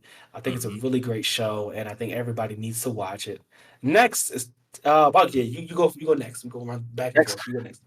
Honorable mention. Okay, first honorable mention would be Psycho-Pass 3. Watch Psycho-Pass 3, especially if you liked the first Psycho-Pass movie and the series. The only thing is that you don't even need to watch the movie and the series. Very good, and it's just, like, watch Psycho-Pass 3. That's my honorable mention, first one. Next one I have is Tower of God, and I know some people don't like it, which is weird. They said, like, no one understands what pacing is, and I think Tower of God definitely exposed a lot of people who don't know what story elements are. Right. Tower of God was honestly paced a little quickly. It introduced a lot of things and moved on by it. It just kept moving. It wasn't waiting up for anybody. But Tower of God, it became something that I think it became more than I thought it was going to be. It was actually, when the first few episodes, I wasn't like wishy-washy. I was like, this is good, but I don't know how good it's going to be. But there's a few episodes where it has defining moments that I feel like really define it in the place of a good shonen and a possibly really great shonen. And Really loved it. I gave about a 9 out of 10, I think, like not 90-something% on our on its review. Tower of God is a great show. I think everybody needs to watch it. Come in with an open mind. And also the art style animation is actually really good. I love the way they animate Shinsui. I believe that's the way it's called, their power system. I love the way they animate it, how it's like water and shit like that, and I love that. But yes, Tower of God, definitely an honorable mention. Tower of God, definitely. Okay, so next honorable mention. Actually, for real, just honorable mention because I don't even know if I should here, but you know I gotta talk about it. Watch motherfucking Baki. Watch Baki. That's all I'm gonna say. That's all I'm gonna Oh say. my gosh. Next, we have number 3. For number 3, I have Great Pretenders. Great Pretenders is number 3. Something you need to watch. Again, another one. A great, like, deception and I mean, somebody said, I remember watching reviews. I remember looking when I reviewed Great Pretenders. I remember looking at people's comments on it, and some people were like, "Oh no, it's just a basic. It's just, I mean, there's nothing really crazy about it. I mean, you don't. People who say there and they know the con, you don't know the full con. And I love that they reveal the con slowly, and that sometimes that you know what the con is, but how they do it is the important part. And I just love that. It's convoluted. It's sometimes it's overly convoluted, but that's the point of a con. It's the point of a con. The con is supposed to be convoluted. It's supposed to be ridiculous, but because it's not just about getting the money, it's about payback. It's about Yeah. revenge. It's about being dastardly. And I just love everything they do in Great Pretenders. It's a great series, the great animation style, great characters. And we got our shawty, oh my gosh, I can't remember her name now, black woman. Oh my gosh, I can't remember her name. Dorothy. Dorothy. We get Dorothy at the end. Beautiful, beautiful woman. Um, watch Great Pretenders. What's number 3? All right, number 3. I got one more honorable mention, just quick. Moriarty, the Patriot. If you like Sherlock Holmes, this is about his arch nemesis, and it's fucking dark. Watch that shit. But that's my last honorable mention. Going into number 3, top anime of 2020. Yeah, number 3 is gonna go to Akudama Drive. For all the stuff that I listed before, it screams everything that I like. You like cyberpunk, you like funny interactions with characters, you like you like over the top action. Watch Akudama Drive. Number 2, I have Duro Hidoro. Duro Hidoro is a marvel of CG animation with a storyline that is dark, and I love it. Sometimes you need a dark spot in your day. That's what this is. It's not bright, it's dark. And that's what I love about Doro Hidoro. It has its good moments. Like the characters are really good and they bring levity to the series. But overall, the storyline and everything that goes on with it is, I mean, it's not a lighthearted series, and I love that about it. Also, again, it's a marvel of CG animation. All right, some people are gonna hate it. Some people want to hate because some people just hate CG because they're weirdos. CG can be really good, but it also can be really bad. And Duro Hidoro is really good. It's what makes the series special. One of the things that makes the series special, besides the story in itself. I didn't know if I was gonna like this in the beginning of when I first read about it, but I knew I was gonna watch it, and I'm still happy I watched it to this day, and I can't wait till the next season comes out. Number 2, me. Number 2 of all 2020 is going to be one that I already talked about a little bit. It's going to be Railgun T. Railgun T. It's so different. If you're like, that's what I'm trying, because you kind of took all my ones that I was going to put on thing, but I'm just trying to be different. It's so different. It's, you got your battle into it, you got your hand to hand, but it's focused so much more on, I don't want to say like giant mechs, but it's sort of like giant monsters that happen to be mechanical and just guns and bombs. If you really liked how different the fights were in Gun Gale Online versus like Sword Art Online, this is like the same type of feeling that I got from this show. The premise is kind of predictable, a little bit predictable, but that also, it doesn't mean that it's bad. It's just, there are some things that the show treats as a surprise that you probably will have already seen coming. But that is like literally the only thing that I can say bad about this show. The animation is good. The fight scenes are god tier. And the characters are likable. So Railgun T, make sure you watch that. My last one, my number 1, you had to see this comment. ReZero season 2 coming back with a vengeance. Ain't no way, ain't no fucking way this shit don't hit number 1, man. ReZero season 2 really came crazy with this season, and oh my gosh. I enjoyed it from beginning to end. It's a retooling of his character and giving like it's not like it's retooling in the sense that he becomes different. He's different. He's no longer the Subaru of season 1. And by the end of season 2, part 1, he's no longer the Subaru of season 2, part 1. His growth, his development is amazing. We still learn more about this character as he grows into a new character. ReZero, watch it. Please watch it. Please watch it. Please watch it. Amazing. It's an amazing show. Yes, yes. And for my number one, I was gonna go very, very predictable and say Jujutsu Kaisen. Why do I keep putting a no? I don't know why. Jujutsu Kaisen. But I'm gonna be a little bit outside the box, and I'm just gonna say SAO Underworld. That shit, like I said, Alicization and is what really brought my faith back into the SAO, because that was like one of my favorite animes. Like when the first 2 seasons, that and Gun Gale, it was so good, and Alicization like basically brought that back to me. And then this year when Underworld came out, it was on a whole nother level. You know what I mean? The fight scenes were on a whole nother level. It felt like the character interactions, which were already part of like some of the best part of the show, really was like the bonds that the main characters had, Kirito with all his characters, that got pushed to 11 because it felt like they were put in positions that were, as much as I loved the other SAOs and stuff like that, it really didn't, even when they were going to die, it didn't feel like the stakes were that high. But this, like in Underground, the stakes were very high in the Underground. Yeah, they did a good job of making it feel like these things really matter. Something that hasn't worked since season 1.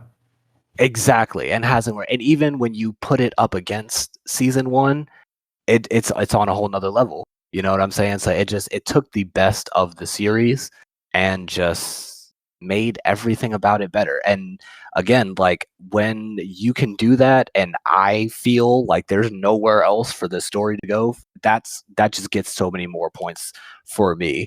So Jujutsu Kaisen, definitely one of my favorites and something you should definitely check out. But as for like best anime of 2020, something that's out of the box, watch Sword Art Underground. That honestly War of the Underworld.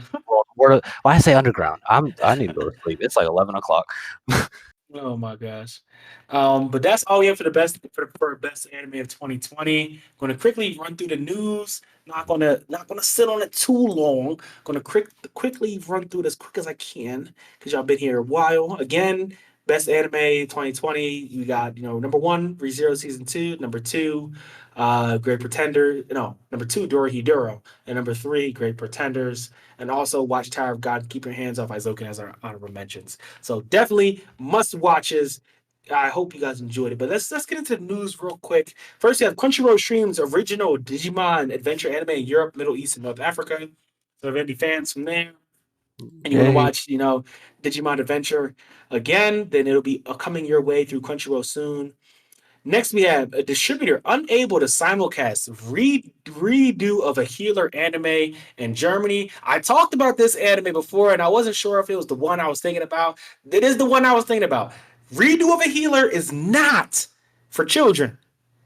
It's barely full adults. Barely full adults. If you're going to watch this, you have to go in knowing there is rape. There is stuff in there that... Yeah, it's heavy. Some heavy topic. Heavy. And if it's the kind of, it has to be censored and uncensored. It's bad. It's some people it's saying it's worse than some hentai. I'm just letting y'all know. Redo of a healer. Be careful. Be careful in these streets. That's all I'm saying. Next we have Demon Slayer, Earwig and the Witch, Lupin the Third, On Gaku, Ride Your Wave, A Whisker Away has been submitted for an animated feature Oscar. I can see Demon Slayer winning just because it's fucking Demon Slayer. It was so good. It was so good. It's fucking Demon Slayer. I can see it win. There's no way. I don't see how it doesn't win. Honestly. Did Lupin the Third come out already? Yes, it did. Lupin the Third. I would want Lupin the Third to win, but Demon Slayer made too much money. That shit made too much money. Yeah, but when you look at like Oscars and stuff like that, they usually look at the artsy films. I feels like Lupin would have like Yeah. more favor in that, but like you said, Demon Slayer is just too big. That's true. I think it's too big. Next, I just saw this. Seven Deadly Sins anime gets an all-new original sequel film this summer. This didn't work out the last time. I don't know why they're doing it this time. Kodansha announced on Wednesday that Seven Deadly Sins is inspiring a new anime film titled Seven Deadly Sins: Cursed by Light that will open in Japan this summer. The film will feature an all-new story by original manga author Nakaba Suzuki and will be set after the Dragon's Judgment anime, the one that's coming out now. I just it's just like at this point, like, does anybody really care anymore? right? Like, who is? I don't know. I mean, I don't know. I don't know. Yeah, I don't It know. feels like the Black Widow movie. It's just like, just put that shit out. You know what I Just mean? put it out. Yeah, I mean, but for them, they could just never put it out. Next we have Jump Force game adds JoJo's Bizarre Adventures Giorno this spring. So I don't. If you're still playing Jump Force, or That if you're a shit. JoJo's fan, I got to give it to Bandai. They really will not they let go of milking the it. game. They They will not. milking that bitch. They are milking that bitch for everything they got. Okay. Shit. I would have been dropped, but that's me. Next we have Hypnosis Mike anime soundtrack album debuts at number 1. That just lets you know weebs would rather listen to fake black music than actual black music. I'm just saying. Next up, Demon Slayer Kimetsu no Yaiba film reclaims its box office number 1 after Gintama the Final took it away from it. But it's back at number 1, baby, and it's not letting anybody take it from him. Go ahead, Gintama. Go do your thing. Like, hats off to Gintama, the OG of OGs. But yeah, Demon Slayer is big.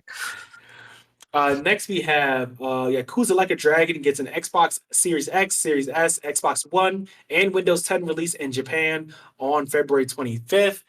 So if you're in Japan, you want to play it again on the Series X or Series S, go ahead, man. Pull it out. I don't know. I think there's probably like 10 of you that have it. Like 10 of you out there that actually have one. But if you have it, then go ahead and try it out. Next up, Godzilla vs. Kong's film release date is moved up to March 26th. That will be releasing simultaneously in theaters and on HBO Max. So if you are looking forward to that, it's coming out. Yes, Next up, Samurai Showdown game gets an Xbox Series XS release on March 16th. So again, if you want to play some more Japanese games, that's coming out then. Next, we have Crunchyroll reveals. There you go. Crunchyroll reveals the most watched anime of 2020 by region. So we have Black Clover. The most commonly appearing titles throughout the world are as follows: Black Clover in 87 countries and territories, Jujutsu Kaisen in 71 countries and territories, Boruto in 32 countries and territories, My Hero Academia in 23 countries and territories, Tower of God in 10 countries and territories, God of High School also in 10 countries and territories, Attack on Titan in 6 countries and territories, ReZero in 1 country, and then Onyx Equinox in 1 country. Now, in North America, the most watched titles by region in 2020, the top anime in 2020 in Crunchyroll in North America is Jujutsu Kaisen and My Hero Academia. In South and Central America, the most popular ones are My Hero Academia, Attack on Titan, Final Season, God of High School, Jujutsu Kaisen, Black Clover, and Tower of God. And you have to think about Attack on Titan Final Season only had 3 episodes in 2020. It's that good. In Europe, it was My Hero Academia, Jujutsu Kaisen, Tower of God, God of High School, and Black Clover. In Middle East and North Africa, Jujutsu Kaisen and Black Clover. In Africa, Jujutsu Kaisen, the God of High School, and Black Clover. In Asia, Boruto, Jujutsu Kaisen, Onyx Equinox, the God of High School, Tower of God, Black Clover. In Oceania, it was Jujutsu Kaisen, Boruto, Black Clover, Tower of God, and ReZero. Jujutsu Kaisen, god damn. It's taken over. Win with the win. Wow. I did not expect it to be in that many countries. Back to back to back to back to back. Oh, so high up. Go ahead, Jujutsu Kaisen. Next we have Demon Slayer Kimetsu no Yaiba anime film's English dub trailer was finally streamed. You know what that means, baby? It's coming to America soon. It says I'm trying to think if I don't see any dates for it. It says it'll drop in theaters early 2021, which makes me kind of pissed because put it on streaming, you fucking cowards. You will make that. Nah, they want that. They want that box office money. Nigga, with the way American box office is looking, they're not gonna make no bread. That's They're the not gonna problem. make no bread. Okay, like they need to. If they put it on, they'll make more on streaming than they would in theaters. Now, question: Redo of the Healer. wasn't- Oh, go ahead. if it wasn't like that, do you think, like, if everything was normal, do you think this movie would surpass Broly? Yeah, definitely. Yeah, I'm thinking like I didn't think Demon Slayer was so popular in other countries. It would. It definitely would.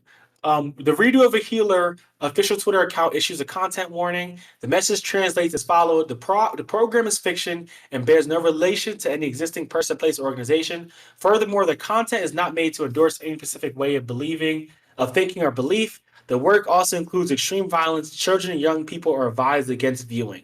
Again, just because it's animation don't mean it's for kids. Yeah, you know, Y'all parents, y'all need to watch your kids and watch what they watch because y'all. it's your responsibility. It's not their responsibility for putting the stuff out there. It's your responsibility. It's your responsibility for watching your goddamn kids. You know what I'm saying? Keep an eye on Next up, Crunchyroll announces the 5th annual Anime Awards. If you go to the Black Anime page, we tweeted about it and tweeted our choices for it. This is a tough year for anime. I'm not going to run down all of these. Anime of the year. I'm happy that a part of Ranman is getting some motherfucking love. I wanted to put it on my list, but I can't. I couldn't put it above. It's hard. I can't. It's difficult. It's difficult. I live a hard life. Okay, I live a hard life. Like part of Ranman, I'm so happy it's getting love. It's oh my gosh, but yeah, if you, I would definitely by the time we listen to this, the voting is over, but they should be releasing the choices soon. But yeah, it's it's that season again. You know what I mean? It's not. Now we have to do it all over again. Do it all over again from the bottom. And the last news we have for today, the last interesting news. Oh, this is hilarious. Oh wait, they have a U.S. Japan face mask design concert. I mean, contest. But anyway, the last news for today is Shueisha responds after One Piece editor gets spotted with pirated adult manga viewing history. This nigga was looking at titties on the job. All right, you're not allowed to look at titties on the job. Okay, You know what I'm saying? Like, it's there's too many people out here. Don't be that nigga. Don't be that nigga. man. Shueisha issued a statement to the news outlet JCast at the recent controversy involving One Piece editor's internet viewing history. The editor's smartphone screen was shown in the recent live stream. In his search history, that was briefly shown that one of the links was to an adult manga pirate site. The live stream, which originally debuted last Friday to commemorate One Piece's 1000th chapter, is currently set to private on YouTube. That shit show. They should have for a glimpse. They said, "Oh no, this nigga watching illegal shit. No, we can't do that. We can't do that." The statement translates as follows. After confirming the facts, we have determined that the smartphone screen of the employee involved, which was shown in the video stream, showed a link that he had inadvertently touched while surfing the net. That's a fucking lie. And that it actually became part of his access history. He was not searching for illegal sites, nor was he performing illegal downloads. That's a fucking lie.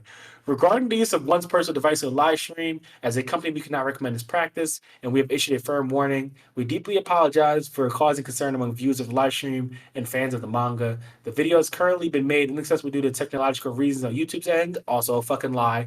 When it has been removed, we plan to edit it and upload it. That's a fucking, they lied like a motherfucker. Okay, that nigga was most definitely looking at titties on the job, and they was like, "Hey yo, bro, we gonna let him know that you was not looking at titties. Was no, that nigga was looking at titties on the job. It's okay, bro. We've all been there. No, we haven't. Okay, they didn't do nothing to him. Yo, he got some serious job security. You got some serious guys. Yeah, that nigga, I mean, he got a firm warning. I mean, animators don't make that much bread, so that nigga probably never gonna look at titties again on the job. Smart man, bro. Smart man. Yeah. We looking at titties on the job, bro. Y'all at work and y'all looking at porn, y'all looking at titties, y'all fucked up.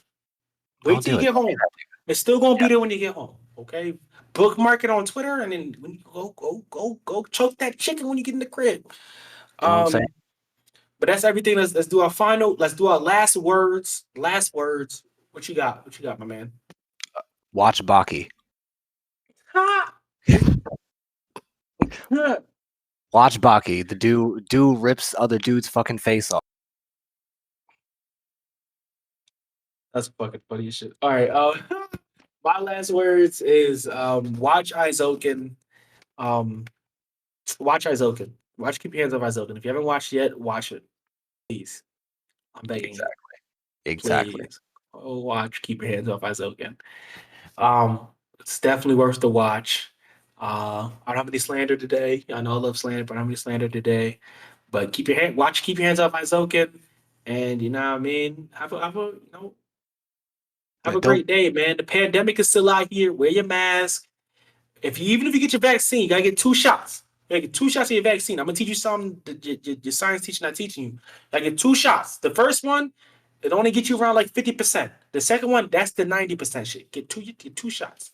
If you don't believe in vaccines, you're a fucking idiot. that ass. Remember, vaccine. They're like Reese's. You need 2 of them. You need both of them. You can't So just you eat need one. both. But again, if you don't like vaccines, you a fucking idiot. I don't care. I don't care what y'all say. Not for all that Yeah. conspiracy shit, nigga. I'm a scientist. And stop walking around here all barefaced. It's a damn pandemic. Wear a mask. Wear a mask. All right. Yep. Smallest thing. It's the smallest thing you can do for the people that are around you. No one's asking you. No one's asking you to not go outside. I mean, I am kind of, but no one's asking you to do those things. Social distance. Wear a mask. You can do that. That's easy. That's cake. That's cake. No one is infringing on your liberties. You fucking dumbasses. God damn. Anyway, let's bounce. Thank y'all for listening. Sorry it's a little long, but you know what I mean? There's a lot of anime this year. A lot of shit to love, man. Sorry it's too long, but we gotta bounce. But peace out. Thank you for listening. Really appreciate all y'all listeners. And yeah, we'll be back. We'll be back with y'all next week. Peace.